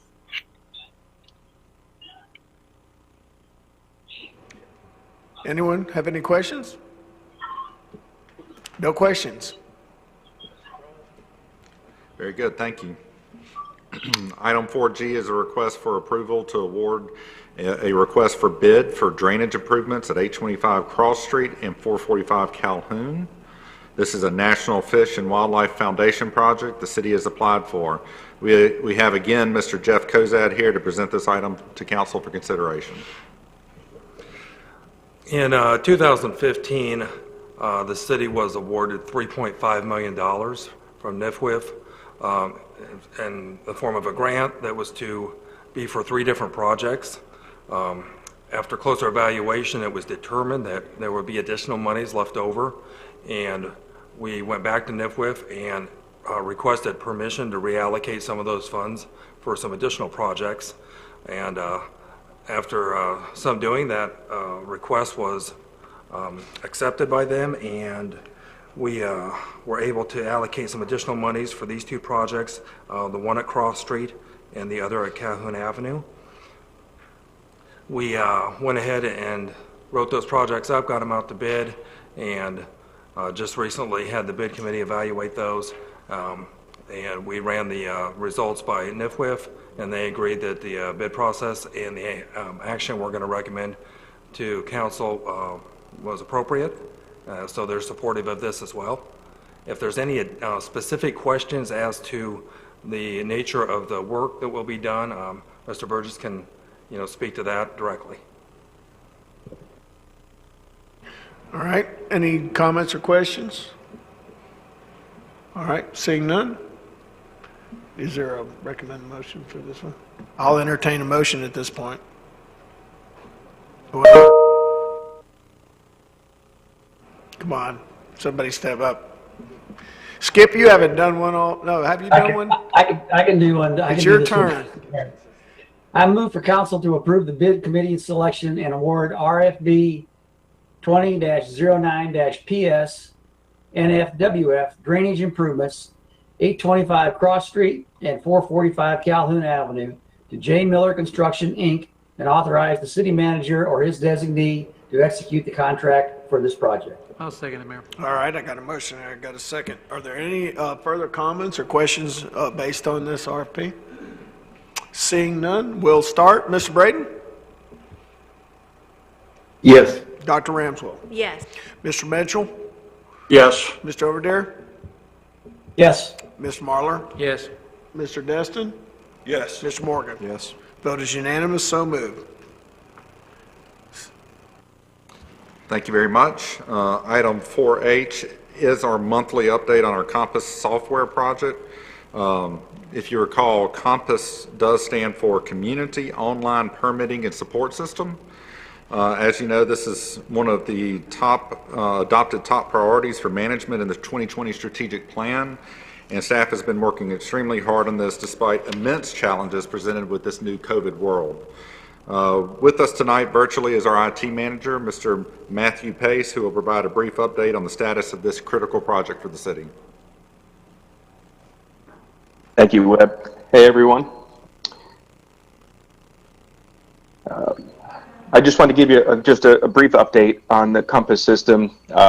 It is taking shape, and we have some configuration that is totally complete. There are a lot of processes that were hindered by the COVID situation that we're all facing, but staff has really come together. We have also put in motion the consultant and the project manager to beef up their configuration portion of Energov and Compass, and they've been a huge help. Staff has really been responsive with any questions that have been being asked. So I'm pleased to say that the community development and code departments have really stepped up in this time, and you should be very proud of them, and I am as well. It is a pleasure to work with everybody, even from remote distance, and everybody's been understanding. So I appreciate the time and effort that everyone has been putting in. The additional support has definitely helped, so I appreciate that as well. I was able to direct Tyler staff to really get in there and help us get to a point where we can get back on track. I know there were some concerns because of the remote situations, the access to city services and things like that have played a major part, but like I said, we've handled that very well, and we are getting back on track, so we are not far off of what our original standards were. One of the other things that I wanted to touch on tonight with you is the Vital Records Control, which is the scanning company that has had our files for a while. Again, they have been affected by COVID in their staff, so they have less staffing working, scanning, doing the processing. And if you see there in your packet, I have some stats for you that kind of show you where we are in the project. They have assured me that they are ramping up production for us so we can have this completed by the end of September. I already received from them 1.7 terabytes. That is quite a bit of files. I think if you see there, we're right around the 200,000 image mark, which is quite substantial, and we still have about 200 boxes left, which at $2,500 a box, you can imagine they've got a good feet in front of them, but they are willing to ramp up production for us and get it done at no additional expense. So we are very close to our deadline with them as well. We did have to move it out just a little bit. However, we will be on track with getting all of that information into Compass. So I'll be working with the conversion staff over the next few months to make sure everything is in the system and operational. And with the help of James in IT, we're going to set up a share for the community development that will allow them to search the files that we do have on hand. And then as we get the remaining files in September, we'll actually be able to use that share folder on the servers to access all of our records that have been scanned. So I appreciate the patience with this. It's been an arduous task, but now that I've been able to speak with them and get them back on track, we should be back online for towards the end of September. So I'll give you an update on that next time we speak. And I think that covers pretty much everything that is going on with Compass. We are continuing to do some configuration. Like I said, this month into September should help finish our configuration phase so we can move on to testing. I can't wait to start getting the community involved to do some testing and work with community development and code to make sure we fine-tune our processes that are in Energov already and make sure fees match up, things are automated. There's a lot of things going on in the background that are taking shape very well, and I'm very pleased with it. And I can't wait to show you all the final project. It's going to be one that you'll be very proud to have. All right. Well, as everybody knows, IT is very near and dear to my heart, and this project has truly shown what the concept of Team Destin can produce. So I can't tell you enough how proud and I am to be part of this team, and how proud I am to see how this team has worked so hard to accomplish what they have under very difficult circumstances. So huge congratulations goes out to our staff. We still have a long ways to go, but they're working hard. Kudos to all of you. Thank you. Thank you very much. And last of all, we have COVID testing this Thursday, August 20th at the Morgan Sports Center. That is drive-through. That will go from 8 to 10:30 a.m. And then also, just a reminder to our viewing public that city facilities will be closed for business on Monday, September 7th. That is Labor Day. That will push our next regularly scheduled city council meeting to Tuesday, September 8th. This will also be our first scheduled budget hearing, and that's all I have for you tonight. All right, thank you, sir. I got Mr. Braden was flagging me down. Mr. Braden. Hey, thank you, Mayor. Yeah, I just had a quick question. The company that's doing the scanning, they've been scanning for several months now, and they've got 200,000, and at bare minimum, they got at least 400,000 more to go, and they're going to get that. I mean, that's twice what they've done in several months, and they're going to get that done in 2 months. I don't know how they're going to accomplish that, but is that going to play any part in getting this thing up and running on time? Okay, so in response to that, the scanning company schedules every 6 weeks, and what they do is they do it by priority. And so they have contracts with multiple municipalities, state governments, and some federal government contracts. So what they do is they set aside a certain amount of scanning, and so they ramp up some production, they go down some production. They can typically do this that many documents, but there'll be that much more staff involved. So typically where they would have 1 or 2 people working on the project, they now might have 6 to 8 people that are in the warehouse actually scanning everything and doing the indexing. The scanning portion is all automated. The indexing portion is done by hand by a person. So somebody that is sitting there indexing files does them obviously slower than if eight or people or so are going to be doing it. So they will set aside the resources over the next 6 weeks to accommodate 400,000 or so documents in the scan. So it's based on the amount of people and resources that they're putting into the amount of time spent on a single project. In our case, we were a little bit lower on the totem pole, I guess, for scanning because of limited resources. So they've had, contractually, they have to go based on what their deadlines are. And so our deadline was about 8 months, 8 to 9 months of scanning at the beginning of the process. That obviously was pushed back only because of COVID, but they assured me that I set a deadline for the end of September, and they promised they would meet that.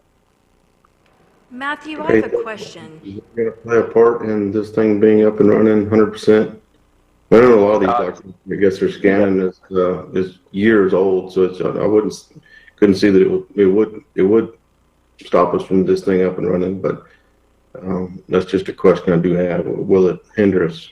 No, and that's a good question. And I think what you have to remember is we will have actually 2 sets of files, one that will go to EnerGov, one that will stay in-house digitally and be backed up to our backup servers. It will still be searchable in-house, so even if this, for some reason, didn't get into EnerGov, the City of Destin would still have access to the digital records, which we can search in-house. It may not be public in terms of being online for EnerGov, but we're working very hard to make that happen. However, it's not going to hinder the target date for EnerGov to go live. Okay, thank you so much, and great job, you and your whole staff, everyone that's working on it. Thank you. Thank you, Rodney. Thank you, Mr. Braden. Go ahead, Ms. Ramswell. Matthew, I have a question for you. You mentioned that the scanning was all automated, and I'm just curious how that works because I know there's log books and some, giant wall plats and all sorts of different sizes and shapes that have to be scanned. So how is that automated? So they have a standard format, and then they have what they call large format. And large format really covers all of those documents that are bigger than a standard sheet of paper. However, it is automated in the sense that once it is prepped and ready to go, it's automated. However, staples need to be taken out, sheets need to be separated, maps need to be unfolded, and that's all done by humans, so it takes a little bit of time to do that. That's why having more resources and people working on our project, they'll be able to get more done with those pallets that are left. Thank you so much. You're very welcome. Thank you, sir. I think that's it. Any further announcements? You're done? Further announcements, thank you. All right, I declared that we're going to take a break, but I'm going to tough it out. We're so close. So we'll move on. We don't have a public hearing tonight, so item 5 is done. So we got item 6. I didn't hear anything at the beginning of the meeting being pulled out of the consent agenda, so I'll entertain a motion at this point. Mayor, I'll make the motion to accept A through F. Second. I have a motion, I have a second. Is there any further comments? Seeing none, I'll go ahead and take a vote. Mr. Morgan? Yes. Mr. Destin? Yes. Mr. Marlar? Yes. Mr. Overdare? Yes. Mr. Mitchell? Yes. Dr. Ramswell? Yes. And Mr. Braden? Yes. The vote is unanimous, so moved. Moving on into item 7A, Councilmember Braden. Take it away, sir. Thank you, Mayor. The only thing I have tonight is I get several phone calls of people asking who do I recommend they vote for because they're not in the loop or whatnot. And for those that are watching, and haven't asked yet, the same thing I've been telling everybody else is just look at where the money's coming from that's supporting all your candidates. and that'll tell you exactly who to vote for. So, but that's all I have tonight, Mayor. Thank you. Thank you, Mr. Braden. Ms. Ramswell. Thank you, Mayor. One thing I wanted to bring up was the letter to the editor that appeared in the paper talking about the beach and the concerns with the beach being taken up by business vendors. And what really concerned me was the quote that, according to them, this was the 12th time they'd been called out in the past weeks, talking about the sheriff's office. They faulted the Destin City Council for allowing the situation. Now, of course, we can't believe everything we read in the paper, but I did want to just check with the officer that's here and see if you do. Dr. Ramswell? Yes. I'm going to do one like you, interrupt you for a second. I apologize, but I was going to bring that up. Captain Howell sent me a long email on that subject today, and I was going to ask him. So he is definitely in a position to answer you on that. He did some research, and he found out the information. Okay, well then I'll just wait, and then when you bring that up. No, definitely he can do it. I'm just saying that he sent me an email as a follow-up. So please, he's in a position to do it. Please come on up. Thank you.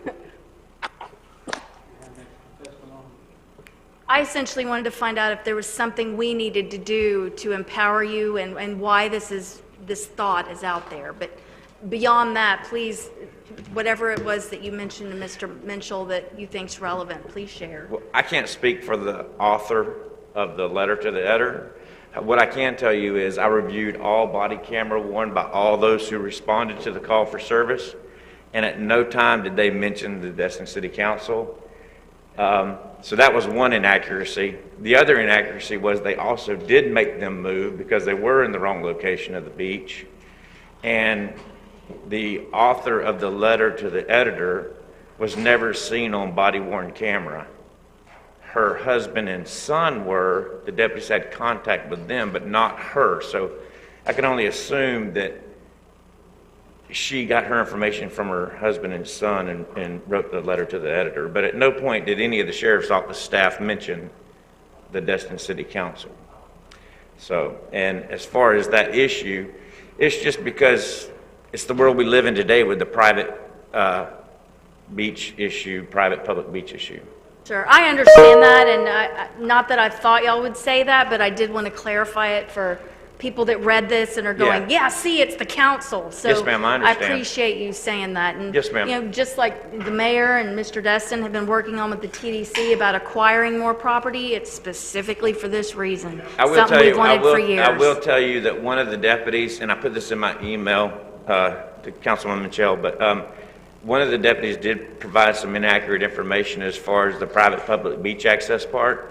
And I instructed my lieutenant and his supervisors to correct that at the next shift briefing. And it's just an educational thing that we have to go through. Excellent. Thank you so much. Yes, ma'am. Glad I could help. It's nice when the sheriff debunks it and gives us a clean bill of health. Thank you, sir.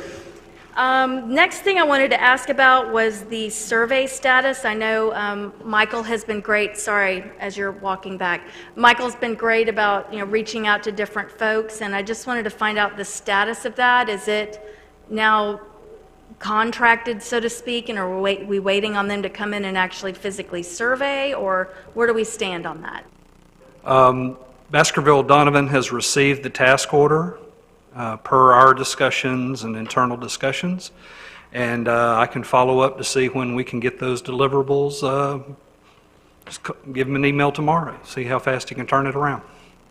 That'd be great. And then the last thing I wanted to ask was CRA meeting. We used to have them all the time, and I honestly can't even now remember the last CRA meeting we had. What's changed that we used to have them so often and we don't hardly at all anymore?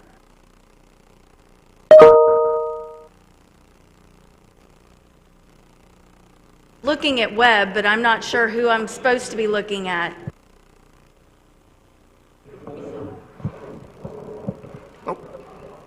I'll check with the manager.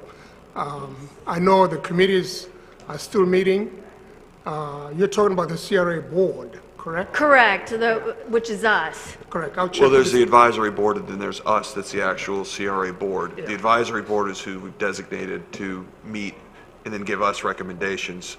We just haven't met recently because that advisory board has been suspended to a degree for priority reasons with COVID. You know, I chair it. You guys, we usually will do it in the first 30 minutes before we have these meetings. And the CRAs have been fairly quiet. You know, there's not a whole lot to do other than pay off the debts that were incurred to make the CRA improvements. So It just seems like we used to meet and fairly there was, regular. It's been a year. Yeah, and I think if we need to meet again, let's just circle back around with Lance and find out if there's anything that we have to do in this moment. But you know, we've been in a holding pattern for the most part, just paying off debt. And I'll give you a reason to have the town center CRA, but work on the event center. Yeah, the last time we met, Preble, was when we approved the CRA budgets, which was last year. Yeah. I mean, it just seems like there's certainly plenty for us all to do, and I was just suddenly, yeah, okay. Let's see, I think that may be it. That's it for me. Thank y'all. Thank you so much. Mr. Mitchell. Okay, Mayor, thank you. Just a quick one on the letter. Captain Howell, thank you for following up on that. Obviously, Dr. Ramswell, I had no idea you had sent something on that as well, but I saw that and I sent a note to the captain and to the city manager, and the key word in there was they alleged something, and obviously that wasn't true, and we appreciate the captain following up on that and setting the record straight, so thank you for that. My first item is, in many organizations, in most organizations I've been involved with, regardless what you call it, it might be a memo for the record, it might be a trip report, it might be something. When a high-ranking official has a meeting, they document that in writing. And this is another one of those things I keep talking about that we're lacking as far as our SOPs or our guidelines. We don't have anything in place right now that, if you will, mandates that our senior managers document meetings. Case in point was, in particular, as an example, when the city manager traveled to Tallahassee to meet with DEP, and we spoke about that several times in our meetings, and we've had emails to that effect. Nothing was written up officially in a memo of record or trip report and something like that. And quite frankly, it's disturbing that we don't have a situation like that. God forbid if one of our senior employees or anybody that has a meeting like that passes away, gets an automobile accident. That information's locked in their head, and we have nothing memorialized in writing. So I'd like to move forward to get something in place for our city staff, could put together, whether it's an SOP, guideline or something. We've got to make it official that when our staff travels out of town, when they have phone calls with government officials, there's got to be a memo record to file. I don't know how you want to do that. If I need a motion, or Deputy City Manager, you want to just take that under advisement, how do you want to proceed? I have some questions. So is this just conversations with other government officials, or do we want like our city manager recording every conversation he has throughout the day? No, that's obviously not. When you're meeting with a government official or some other official on an official project, and something has to, and decisions have been made. During the workday, he's always on official business, so I would assume any conversation would. No, don't assume. Okay. I mean, you just said that when he's on official business, an official project, I assume any business during the day is official. When we talked to DEP about the abatements, and a gentleman's agreement was discussed about the abatement thing that Parker spoke to several times, nothing was reduced to writing. In a situation like that, when agreements are made and stuff like that, that's what I'm talking about. It obviously wouldn't be feasible to document everything. But when you're making agreements on behalf of the city, when you're talking official business with that type of thing, that's what I'm referring to. So verbal agreements is what we need to memorialize. Not just verbal agreements, Chatham. Okay. Parker. Okay. I understand. I'm going to try to answer your question. Okay. When we have a meeting when we meet with Gulf Power, with the undergrounding, and agreements are made, discussions are made, memo of the record, memo of those discussions, something has to be reduced in writing. If not, 2 years from now, if that city staff's person's no longer there, we're scratching our heads saying, I wonder what happened, what took place. It takes place in all government agencies. Most businesses, you have memo of record and significant conversations and discussions. Not the day-to-day routine, So the city manager. And that makes sense with the Gulf Power meetings, you know, and I know we've had some, and I don't know if we have written records on them, but what about, you know, a phone call between Lance and Bernard Johnson? I mean, what would elevate that to the point of it needing to be publicly recorded? That's, I guess Maybe I'm official meetings, where like the need to have some sort of minutes taken. You obviously are not, we're not looking to try to memorialize every single moment of every single day. That would be ridiculous. But like you just said, you agree with Gulf Power. Okay, use that as an example. I don't agree with every phone call between Lance. I don't know how much they talk, but I don't agree either. I'm not asking for every phone call. Okay, the day-to-day basic operation of the city is one thing. But when we travel out of town to Tallahassee to have an official meeting, and using that as an example, and nothing is memorialized, when the city manager gets significant information in regards to that, and nothing is memorialized, that's a problem. Because we can't just go by memory. And Steve, let me jump in. And I know you're not picking on me with the examples, so I'm just going to give you what that was not an agreement. That was mostly, here's an idea that you can take back that we think we can live with. And the purpose of that meeting was for me to come back, which I did, and I gave you a full rundown in a public meeting of what occurred. Now, you could have been designated the person that went over there.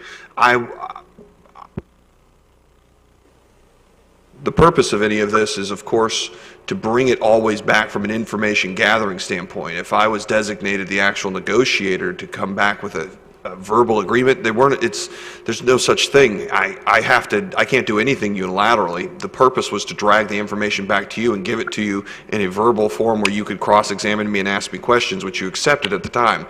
Now, we didn't take memos so that you have it memorialized, but you have my cross-exam and my information that I gave you in a public meeting, so it was memorialized in one form. You know, the devil's in the details, like Chatham said. Where is the threshold for what is important enough to memorandize in a written form, and under what circumstances? There are SOPs in lots of different organizations. I'd say we just need to instruct staff to look at them, and then we bring it back and chew on this issue on another day. Because I don't think it's unreasonable, but I think we need to have a clear idea of where we want to set the threshold so we don't create these situations where it's too burdensome. If you recall what I said, I wasn't suggesting anything other than I asked staff how they wanted to handle that. I'm more than happy to let them come back with an idea, but there has to be something put in place. This is just another one of those items that the city is lacking in. Okay, you can't have an organization like this and not have a trip report SOP or something like that. Okay, so yes, I would say ask staff to come back. That's what I said in the onset of my presentation. Steve, is that a motion? I'll second it. Well, I don't know if it needs a motion. Usually, let's make it ironclad, man. Okay. I make a motion for the city staff to do a review and to come back with us with some suggestions and ideas on a memo for the record, trip report, memo for the file. I don't know how you officially want to title it, but just some documentation of a memo. That's my motion. Second. All right, I got a motion, I got a second. We can now have even further discussion on it. Is anybody, I mean, this is the time to discuss, but you're correct. I'm kind of saying that tongue in cheek. I've got a couple things I just want to bring out, and even, and not to use the pandemic as an excuse, but these are trying times for our staff and our city as a whole. But the main goal of this city council is to legislate, and that's to legislate things that are important to the city, stormwater management plan, stuff like that. The city manager's job is to administrate those legislative ideas and the things that we approve, and that's the form of government that we've chosen. So it's really up to the city manager to administrate his team to get the job done on the things that we legislate or dictate. Sometimes we do it by consensus, not by motion. And so, you know, it's hard for us to legislate criterias and establish criterias or requirements of when our city manager or Lewis or our city attorneys, they have to write down their phone calls or their trip report or wherever it is. So it's hard to I would think, for the city staff to come back with recommendations of when you do it and when you don't do it. But then I want to get into a question of what's the benefit of that versus the burdens and the efficiencies? Because there's a lot that goes on behind the scenes that even I don't know that these guys have to deal with every single day. I just know the phone calls I take from citizens or people. If there was a requirement that I had to record those phone calls and make a trip report of my discussions, I wouldn't answer the phone, let alone try to run a city. So my question, Steve, is what is the goal of trying to do this? Because in their administrative duties, when they have an item that's important to the city and it requires the council's decision-making process, they bring it to us anyways. So I just don't see I really think that we ought to be very, very cautious on putting additional burdens on the administrative duties of the people when some of this stuff falls under sunshine laws and protocols, and I know our city manager and their staff try to do best practices every day. The city managers actually take training to do best practices. So I just want to call into question, seeing how it's a motion a second, what is the true reason for doing this? Is this to establish a record so you can go get people? Or is it to prevent lost information? Maybe both. And if that's the case, is it going to create a burden that's going to make our city less capable to accomplish the things? I would hate to imagine our IT folks in this whole process of Intergov is every time they had an important phone call with the Intergov people, they had to document their phone calls at the end of their phone calls. That's my only concern, Steve. That's my 2 cents worth. That is not what I'm advocating, Mayor, but I'll try to answer a couple of your questions. Nothing is about gotcha, okay? That's not it. You said your second point was, one, was it about a gotcha? And number two, was it to prevent losing information? And that's it, to prevent losing some information. I'm not in any way advocating for every single phone call, every single action to be documented, but on a specific basis, okay, and they can be very clearly identified. Okay, most agencies have these type things, so if you want me to go out and bring 5 or 6 examples back, I can do that, just like we don't have a investigative policy, a complaint policy. Unfortunately, in a perfect world, if our city had all the things that they needed to have, we wouldn't be discussing these things. And I want to make it very clear that this is not any shot at any of our current city staff. I said this at the last council meeting, and you'll see when I get through with several other items I'm going to discuss tonight. These are the issues that our city staff inherited. Okay, not having a complaint policy, that's not Lance's fault, that's not Webb's fault. The city doesn't have it. And unfortunately, our city is lacking in many basic governmental operations, SOPs and guidelines. That's what this is about. It's not meant to burden anybody or to tie anybody down, but on certain situations, okay, and it can be a very limited situation, certain things have to be memorialized, okay, so that it's not lost. Lance had a conversation that he verbally gave us in his council meeting. If he hadn't given that particular conversation with a DEP representative to us in his council meeting, as a matter of fact, we would have never known about it. And it was an important conversation. Something like that is the things that have to be memorialized. Thank you. Mr. Marler? With respect to all the council members, Parker's father being the longest-serving council member ever, I never think I can ever top that, but being the second longest council member for 16 years, I've come to the conclusion that we have a tendency to try to micromanage from the legislative body to the administrative body. I've gone through enough city managers and enough city staff that that's their job. We hire them because they are qualified to do that. Not all of us up here on this council are qualified to manage this city. The way I look at it is this: we hinder the management of our city because we keep putting more burdens on the staff that I don't think need to be there. The biggest thing is that, to me, is if it's important, I know that our city manager, I know our city staff will make sure that we get it. If it's just nonchalant stuff that normally happens in the day-to-day operations of the city, it's no different than the day-to-day operations of any business in this town.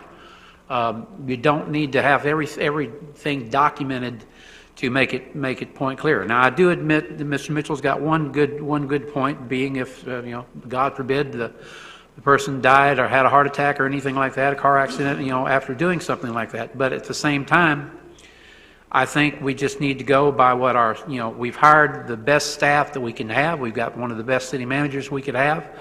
We've got a lot of this stuff, and I just think it's just more redundant and more stuff to keep adding to the plate that we don't need to, especially now with the virus thing.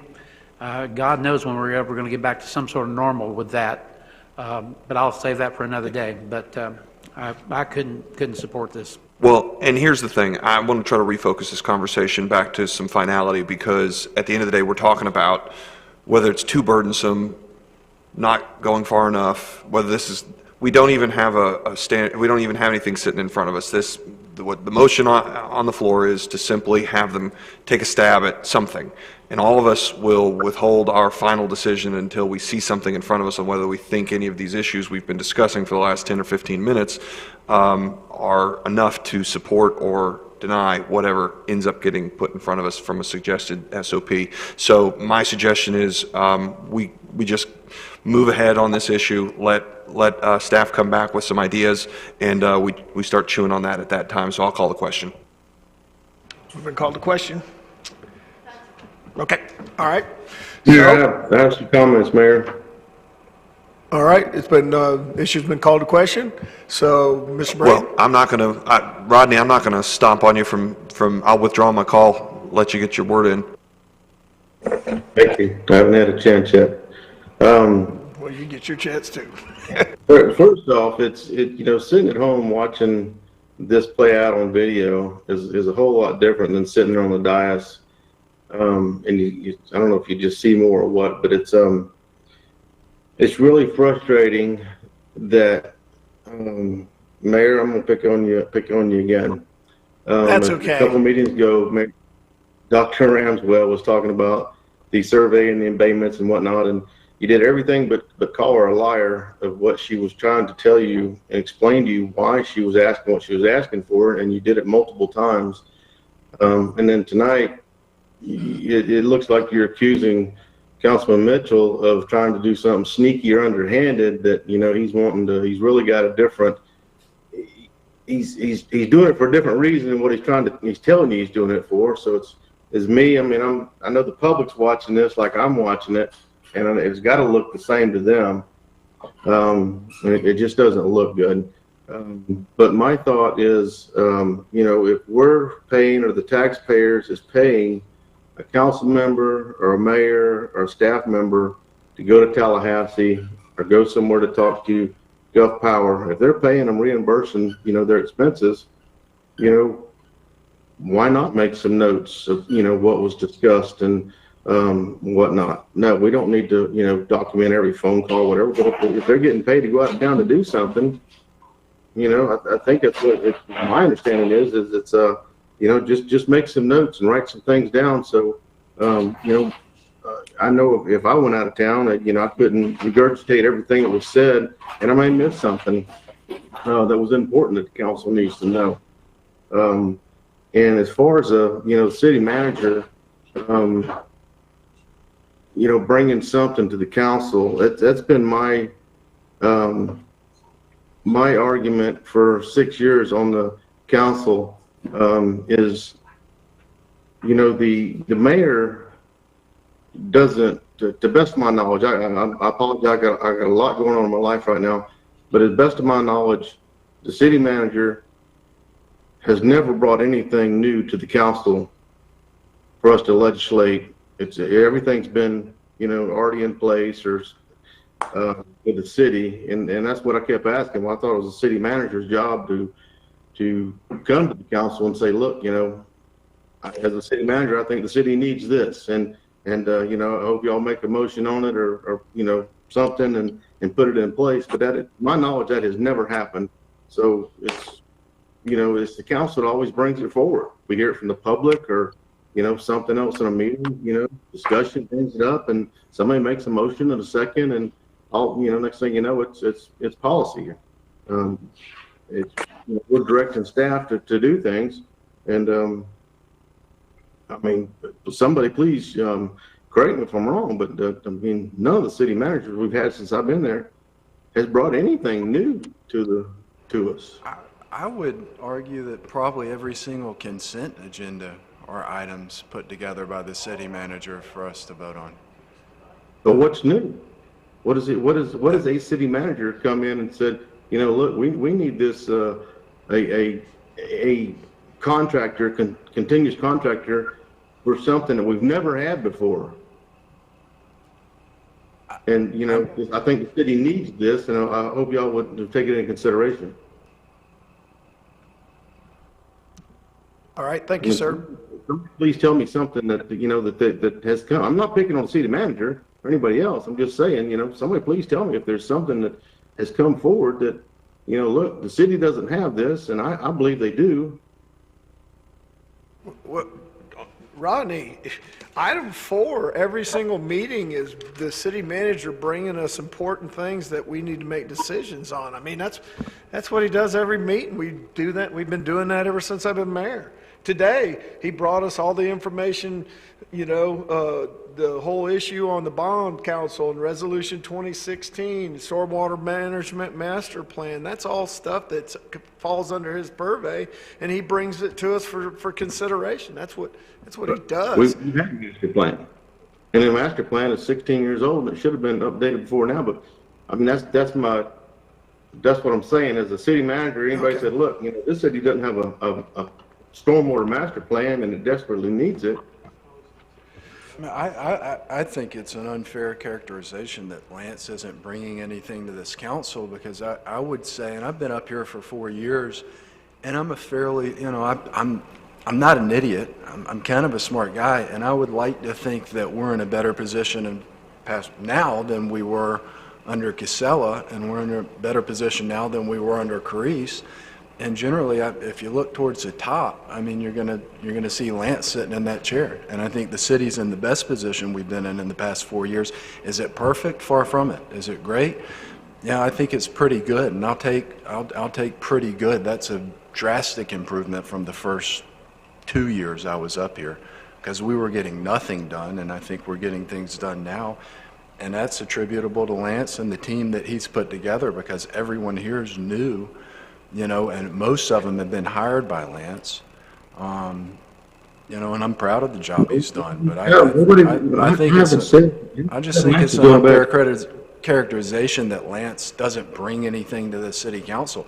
Has he brought anything in terms of standard operating procedures that Steve has mentioned? Well, I don't think so, but I think he's been running the city just fine. I think, are there improvements we can make? Yes, Steve brought one up today. And I think Steve has a lot of valid complaints, but I don't think that's a mark against Lance's leadership. I think he's done a fine job in a really difficult position that, I for one, I think he's a hell of a guy for actually taking the job in the first place, because if you look at the candidates that applied for the city manager job when we were interviewing Lance, they were less than impressive, and it's not because the job doesn't pay well. I think it's because of the situation that the city of Destin is in. I think it's indicative that people don't necessarily want to take the job. And, you know, I'm proud of Lance for the job he's done and for taking the job, to be honest, because, you know, I think he's crazy for taking it sometimes, but, you know, I think he's done a fine job doing it. I tell you what, just with my hands and fingers, I can give you a hell of a list of things that this city staff and our managers accomplished, and I think that was unfair characterization. We have a motion and a second, and I'm going to give Ms. Ramswell her due, because she's been patiently waiting while a few of us interjected and got in the way. Go ahead, ma'am. And then we're going to take this to a vote. Shut up now? Not say anything no, else? you can... Rodney, I'll give you another opportunity to speak. We'll let Ms. Ramswell go. You can speak, and then we'll bring it to a vote. About the city manager, and I never said anything about the city manager. I said the city manager all the city managers since I've been on here. And then, I mean, what sparked that was... It didn't come across that way, Rodney. Well, okay. Your comments were damaging. Okay. So my thoughts you go have were... the last word. My thoughts essentially were, I know Steve's coming from a law enforcement background. Skip is coming from a military background. And not to leave you out, Rodney, I have a background in government. This is small government. And so with that said, I know, and especially in law enforcement, you've got to keep call logs. Now, I personally don't think we need to go to that degree. But with that being said, even where I work, if you have a conversation of some import or some meeting of some import, if it's not written down and memorialized, it didn't happen. So I completely see Mr. Minshall's point. And then the other thing I would say is certainly our city manager is our city manager and he manages staff. But we, of course, are here. We hire him and then we direct and manage him. So, you know, the suggestion that Mr. Minshall made this evening about this process and some different processes to help things become more efficient, I concur with most of the ones he's brought forward, having come from a government background and seen the importance of that in an organization. So that's just my 2 cents. Thank you, ma'am. Rodney, I promised you last word, so you got last word, and then we're going to take this to a vote. Go ahead, sir. I mean, Mayor, I'm not bashing the city manager or anybody else, and they're all doing a hell of a job. There's no question about that. It just seemed to me, you know, I guess when Kyron said that, you know, our job is to legislate and not tell the city staff what to do or how to do their job or anything else. It just seemed like when, you know, Steve brings something forward that the city doesn't have or we don't do, and it seems, you know, logical that, you know, if you're paying somebody to go out of town, you know, just at least make some notes or something. You know, that's all I would think. I mean, I didn't say anything about the, you know, Lance has just screwed everything up and the city's in horrible shape. That's not true at all. It just, I don't know. I just, you know, when Kyra made that comment, I guess that's why my thought process went to, you know, well, I thought that was our job to bring new ideas to staff and you know, let them look at it, and if it's worth, you know, voting on legislating, that's what we needed to do. But I'm gonna leave it there, Mayor. Thank you. All right, thank you, Mr. Braden. I'm going to go ahead and bring this to a vote right now. Ray, would you like to read the motion again, because it was so long ago?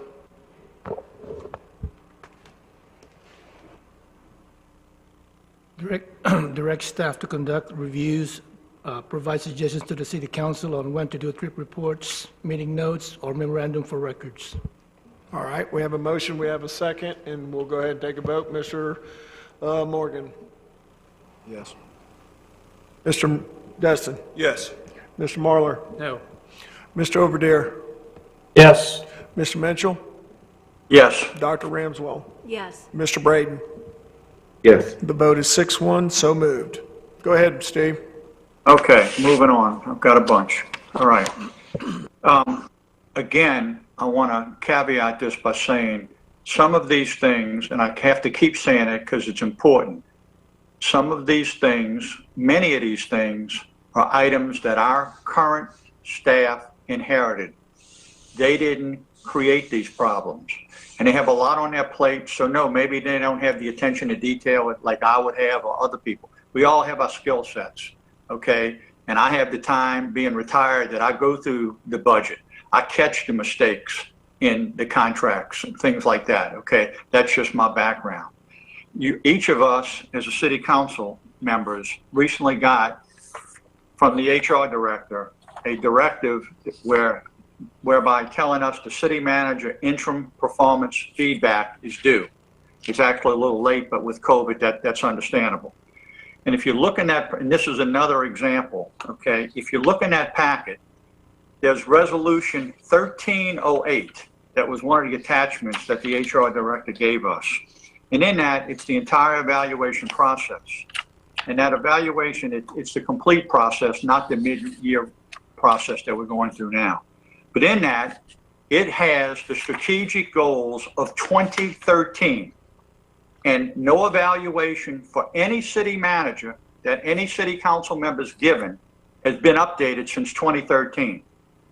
That's another boo-boo. It's not the staff's fault, but that's another thing from the past that hadn't been updated. I know it's going to be updated, but when we have these things before us that we're supposed to make decisions on, we can't evaluate something from a resolution of 2013. I can't evaluate Lance for the strategic goals of 2013 when we have our own strategic goals.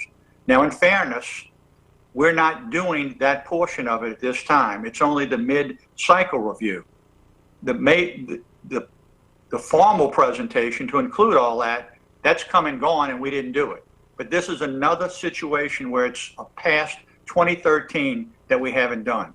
So, Karen, when you talk about it's not our job to do things like that, it is, in my opinion, when I'm given a document that I'm supposed to review our city manager on, and it's dated 2013 and hadn't been updated, unfortunately, we have to call these things to their attention. I know it's not their fault. They didn't do this, but these are the type of things we have to pay more attention to. Okay, there's no motion on that. I just want to bring that to everybody's attention. The documents that each one of you received is dated 2013.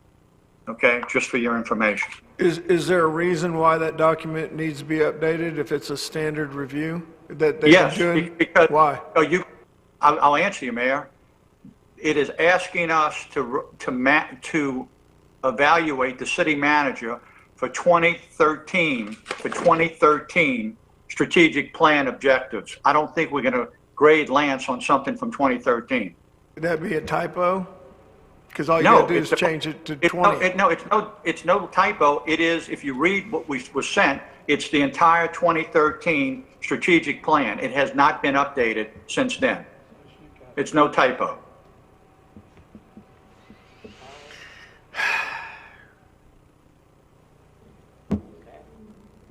No further comments. Go ahead. Your next one. Okay. Again, okay, this is not about got you. This is just about all of us got this document, and it's important to pay attention to what we get. Okay? Plain and simple. Next one. Let's look at my notes. In the past, we had, if you all are all familiar with the weekly report that used to come out on Friday. And it was really a fantastic document. It was the weekly document before we have the spreadsheet that we have now. And that thing was truly, truly an advertisement for all of the good work that all the staff did. And I realize we put that on the back burner. We don't put that out anymore. But I really think we need to reevaluate some of this for the simple reason there was a lot of information that the public got to see. And a lot of the questions we all bring up, what is staff doing? That weekly report clearly gave pictures. This is what's going on in the rec department. This is what's going on here. But another thing that was very important, it provided each of us with information. As an example, it provided us with all of the current development orders, all of the development orders that were being submitted to us for us to review. That's a black hole, unfortunately, that we've gotten at it. We don't get that kind of information because of the new format, and I understand why the city manager did that. But I'd like to discuss the possibility of enhancing the Friday report that we get to include some of these things. It may not necessarily have pictures or whatnot, but at minimum, we should at least get development order information that's been applied for, status of development orders. If we get a phone call asking, that creates another phone call from one of us going back to the department to get those information, where that letter, that weekly letter, did a very good job doing that. And I'd like to ask staff, I don't want to ask a motion, but I'd like to ask Lance, and in this case, Webb, if you all could try to mix it up a little bit and possibly at least put the development order and other important information in it. Webb? Yes, sir. We can certainly take a look at that. I do know what you're talking about on the current development orders, and I think that's something that we can. I mean, if this is the document, this is just a cover sheet from an old one, okay? It just had a tremendous amount of good information that really spoke to how much work city staff's doing. Okay, there were pictures in there was information in there, code compliance had all their information in there, and unfortunately we stopped doing that for the new format, which is important. We kind of need a little bit of both. And again, I realize how tasked staff is right now, but if we could look at that and see if we could add some of that, I think it would go a long way. We'll be happy to look at that. Okay, all right. This is something y'all not going to believe, but Steve Menschel has a positive James Lee Park statement, okay? And everybody out here has been excited about it. In the areas where all the illegal parking was going on, where the curbs were being busted, the county put up some no parking signs there to alleviate that problem. So that's certainly a step in the right direction. There's still other things that need to be done, but it's great to be able to report a positive statement about James Lee Park. This is a question for our city attorney. Can you give me a status on this, what we voted on in the last council meeting about forwarding the 309 stuff to the AG? Yeah, that's a very intricate process because I have to create an entire memo for the AG to consider adopting. It's essentially like a proposed order I have to send to them. So it's going to take a month or two maybe to get that done. Okay, all right. And last but not least, Rodney already covered this about voting. And I would just encourage everyone, obviously you've had your chance for early voting and mail-in ballots and stuff like that.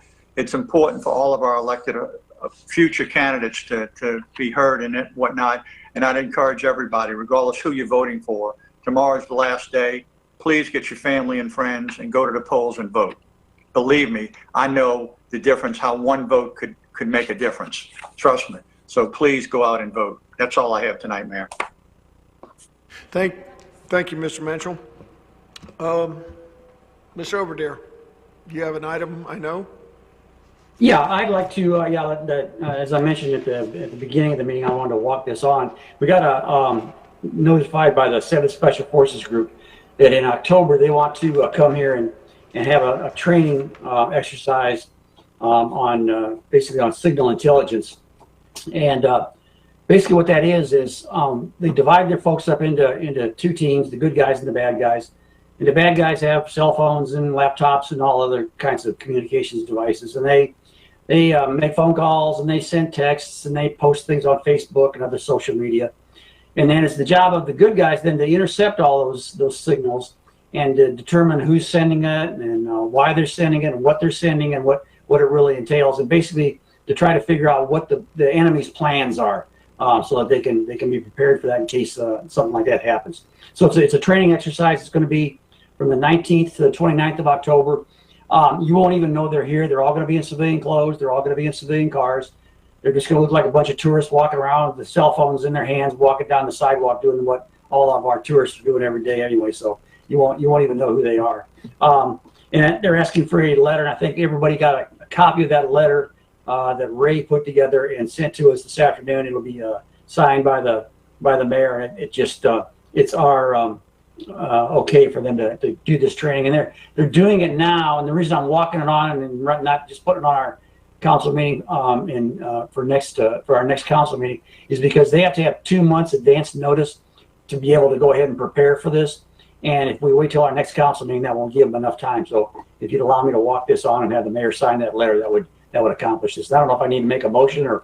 Yeah, just go need ahead to and make get- a motion to that effect, Skip, and we'll Okay, vote so on I'll it. make the motion that we have the mayor sign a letter to the 7th Special Forces Group allowing them to conduct their signal intelligence training October 19th to October 29th. Second. I got a motion, I got a second. Any further discussion on this? Seeing none. Mr. Braden? Yes. Dr. Ramswell? Yes. Mr. Mitchell? Yes.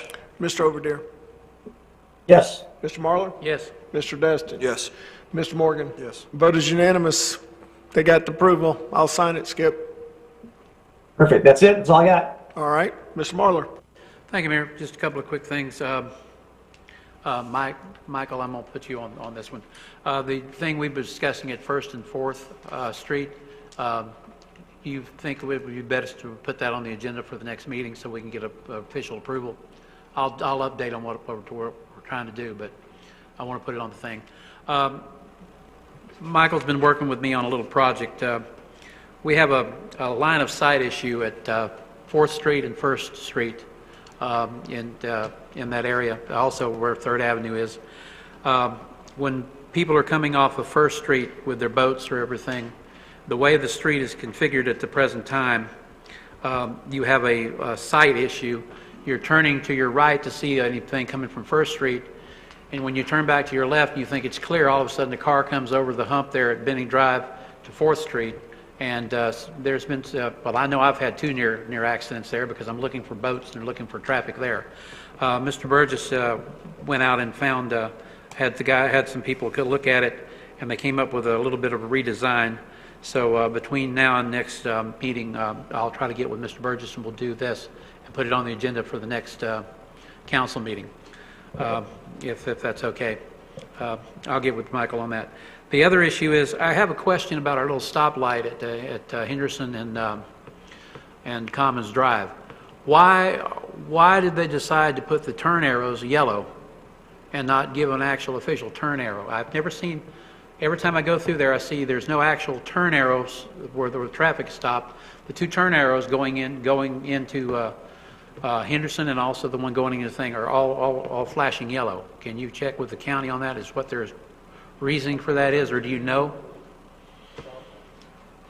Okay, so you're talking about you have a dedicated left green and a through green, and then once the dedicated left green times out, it goes to a flashing yellow.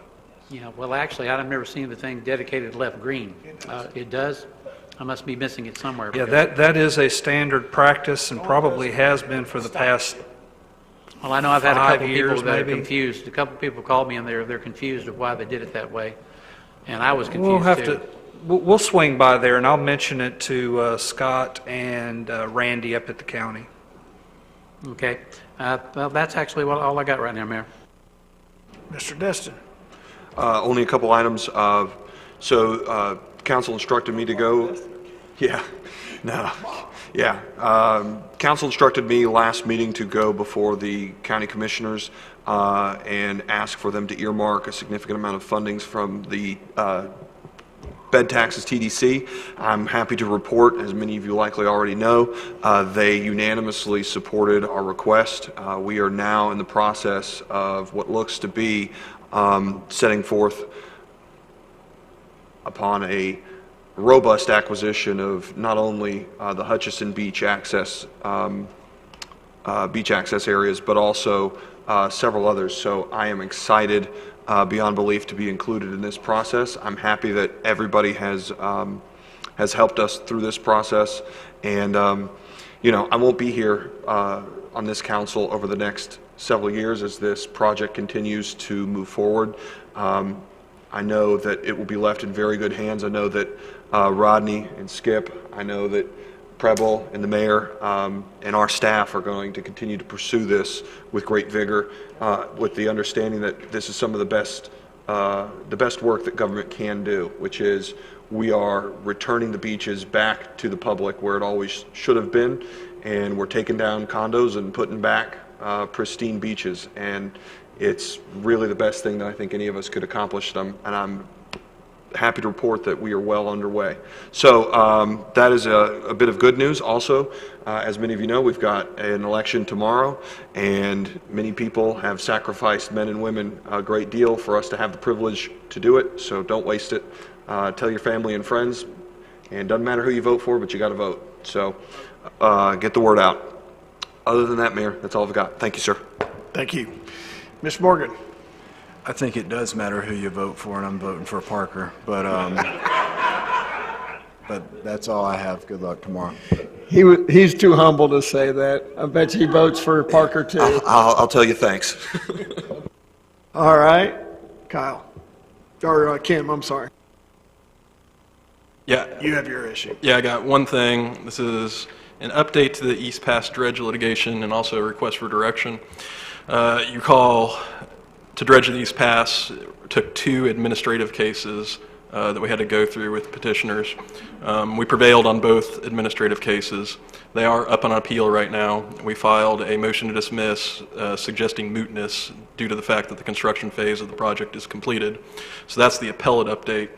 Back at the trial court level in front of the administrative law judge, after we prevailed on the second case in particular, we filed a motion to try and recover our attorney's fees and costs.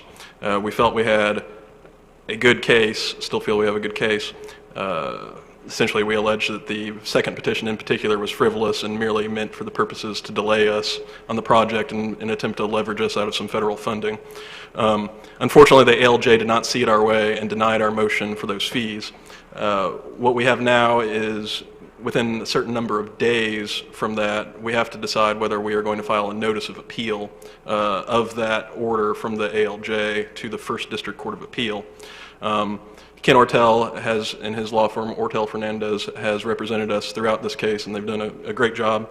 And Mr. Ortel has agreed that if we were to pursue an appeal on just this fee issue, he would do it at his hourly rate, which is $250 an hour, at a maximum cap not to exceed $15,000. If we were to prevail, we could look to recover somewhere in the neighborhood. It's difficult to say because of the procedural or the legal steps you'd have to take, but it's estimated somewhere maybe around $100,000 in fees and costs that we could recover. So what I need tonight, because of the timing of the deadline of the notice to appeal, is I need some direction from the council on whether you want Ken Ortel and me to pursue that appeal or whether you want to drop the issue at this time. And we don't have enough time to have an executive session to get into real nitty-gritties, do we?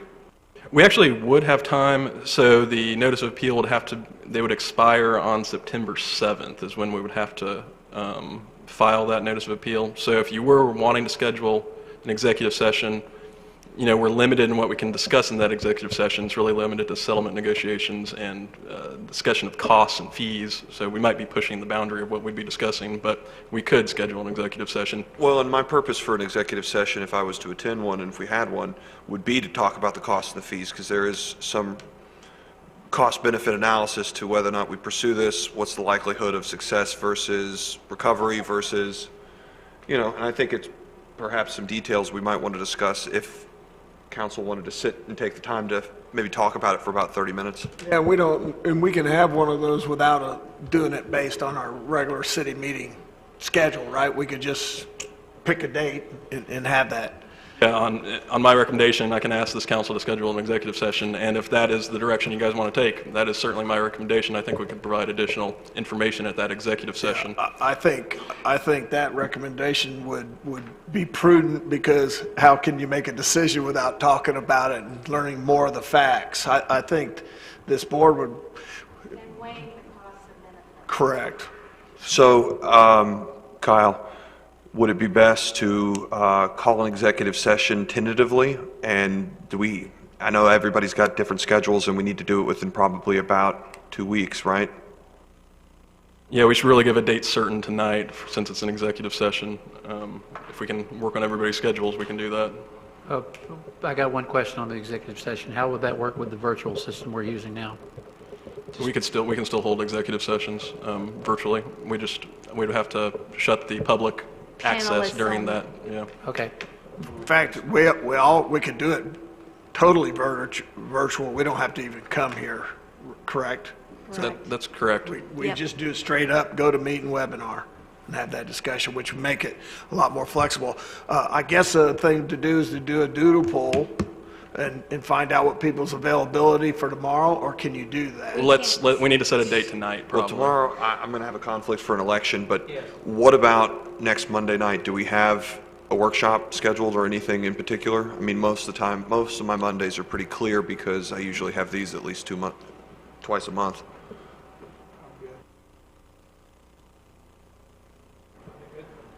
I have surgery Friday, so I'm not sure how I'll at least be in the hospital through Sunday, but it's not vital that I'll be there, but hopefully I can attend, especially since it's virtual.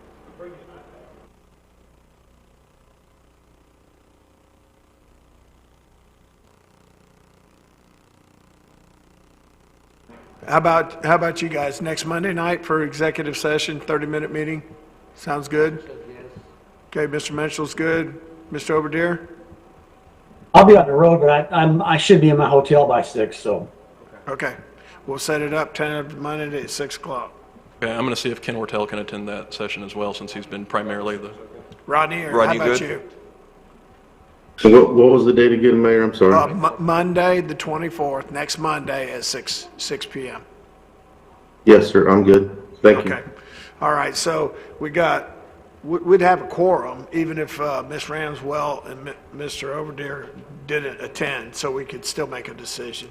Mayor, Yes, sir.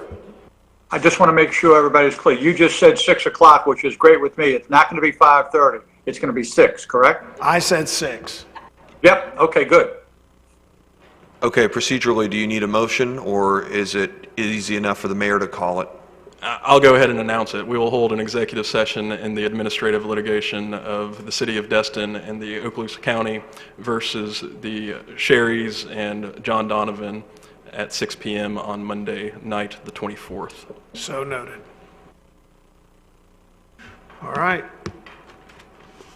That's all our reports. Meeting adjourned. Oh, we got public comment. Do we have anybody queued up? Yes, sir. We do have. All right. No, we do. We actually have somebody on the webinar that wants to weigh in. Go ahead, sir. That is correct, sir. Okay, on the webinar, I know we have Michelle Melanson, I apologize. I have unmuted you. If you would like to participate, all you need to do is click the red microphone next to your name and you should be able to speak. Yes, can y'all hear me? Yes, loud and clear. Okay, I actually also sent in a picture and wondering if y'all received it yet of the trash can. I sent it tonight. Yes. I sent it tonight to y'all. Okay, and I apologize if this might seem like it's not important compared to all the things that I've been listening to y'all discuss, but it's important to a community. What you're looking at is the trash cans that the property at 121A Gulf Wind Court were forced to get by complying with the rules of the City of Destin that they are supposed to have a contract with Waste Management. These people did not have a contract. They code enforcement was contacted, code enforcement took action, and now they have a contract. They got these trash cans at the end of the week, and because they were forced to get the trash cans, they are using them to punish the community. So they've taken those trash cans that you're looking at, and the reason the picture came to you late is because I signed on when I got the picture of those trash cans that they took, and they have tied them to a tree, blocking the community access because they're pissed off that they were forced to get a contract with Waste Management. So now they're punishing the community. 26 other property owners have their beach access blocked by the trash cans that had to be gotten by 121A occupants. That's what you're looking at. I don't know if Joey is in this meeting tonight. I wasn't signed on earlier. But if he is, hopefully he's making note of this. And I'm asking the city to figure out a way to do something about this. This is a law. This is a requirement by the city of Destin. And now they are using that to take action against the community because they were forced to comply. Well, Joey's here and he's heard everything and he's seen the pictures, so we're going to sick him on them. So, and another note, when all these pictures were being taken, the monkey was being taken to the beach. FYI. The the monkey came back. Oh, the monkey's been going to the beach every day. Is the monkey and the trash can the same people? Yep. Yep. Thank you So very the much. community is being punished because of the monkey situation and because they were forced to get trash cans. All right. Yes. So Joey's on it, ma'am. That's all I could tell you at the moment. Okay. That's fine. And thanks. Thank you so much for pointing that out to us. We appreciate it very much. Y'all have a good evening. All right. You have a blessed night. All right. Kyle, you have one additional comment that you need to make before I hit the gavel? Yeah, I need to announce the names of everybody who's going to be attending the executive session. And just for the sake of the record, I also should announce the case number. It is Division of Administrative Hearing, case number 20-2123F. It will be held August 24th at 6 p.m. This executive session. The names of the members attending will be all council members: Morgan, Destin, Braden, Ramswell, Minshell, Overdyer, and Marlar, and Mayor Gary Jarvis, the Chief Executive Officer of the city, Lance Johnson, attorneys Kyle Bauman, Kimberly Kopp, and Kenneth Ortell, and a court reporter. Mayor, Go ahead, sir. Go ahead, Ray. if it's webinar, it will include IT. That's a good catch, Ray. For the virtual meeting, it will have to include an IT member, yes. James, what's your last name, James? James Lauria. All right. Well, thank you very much. So now that's been publicly noticed. It's on the record. And as a result of that, meeting adjourned.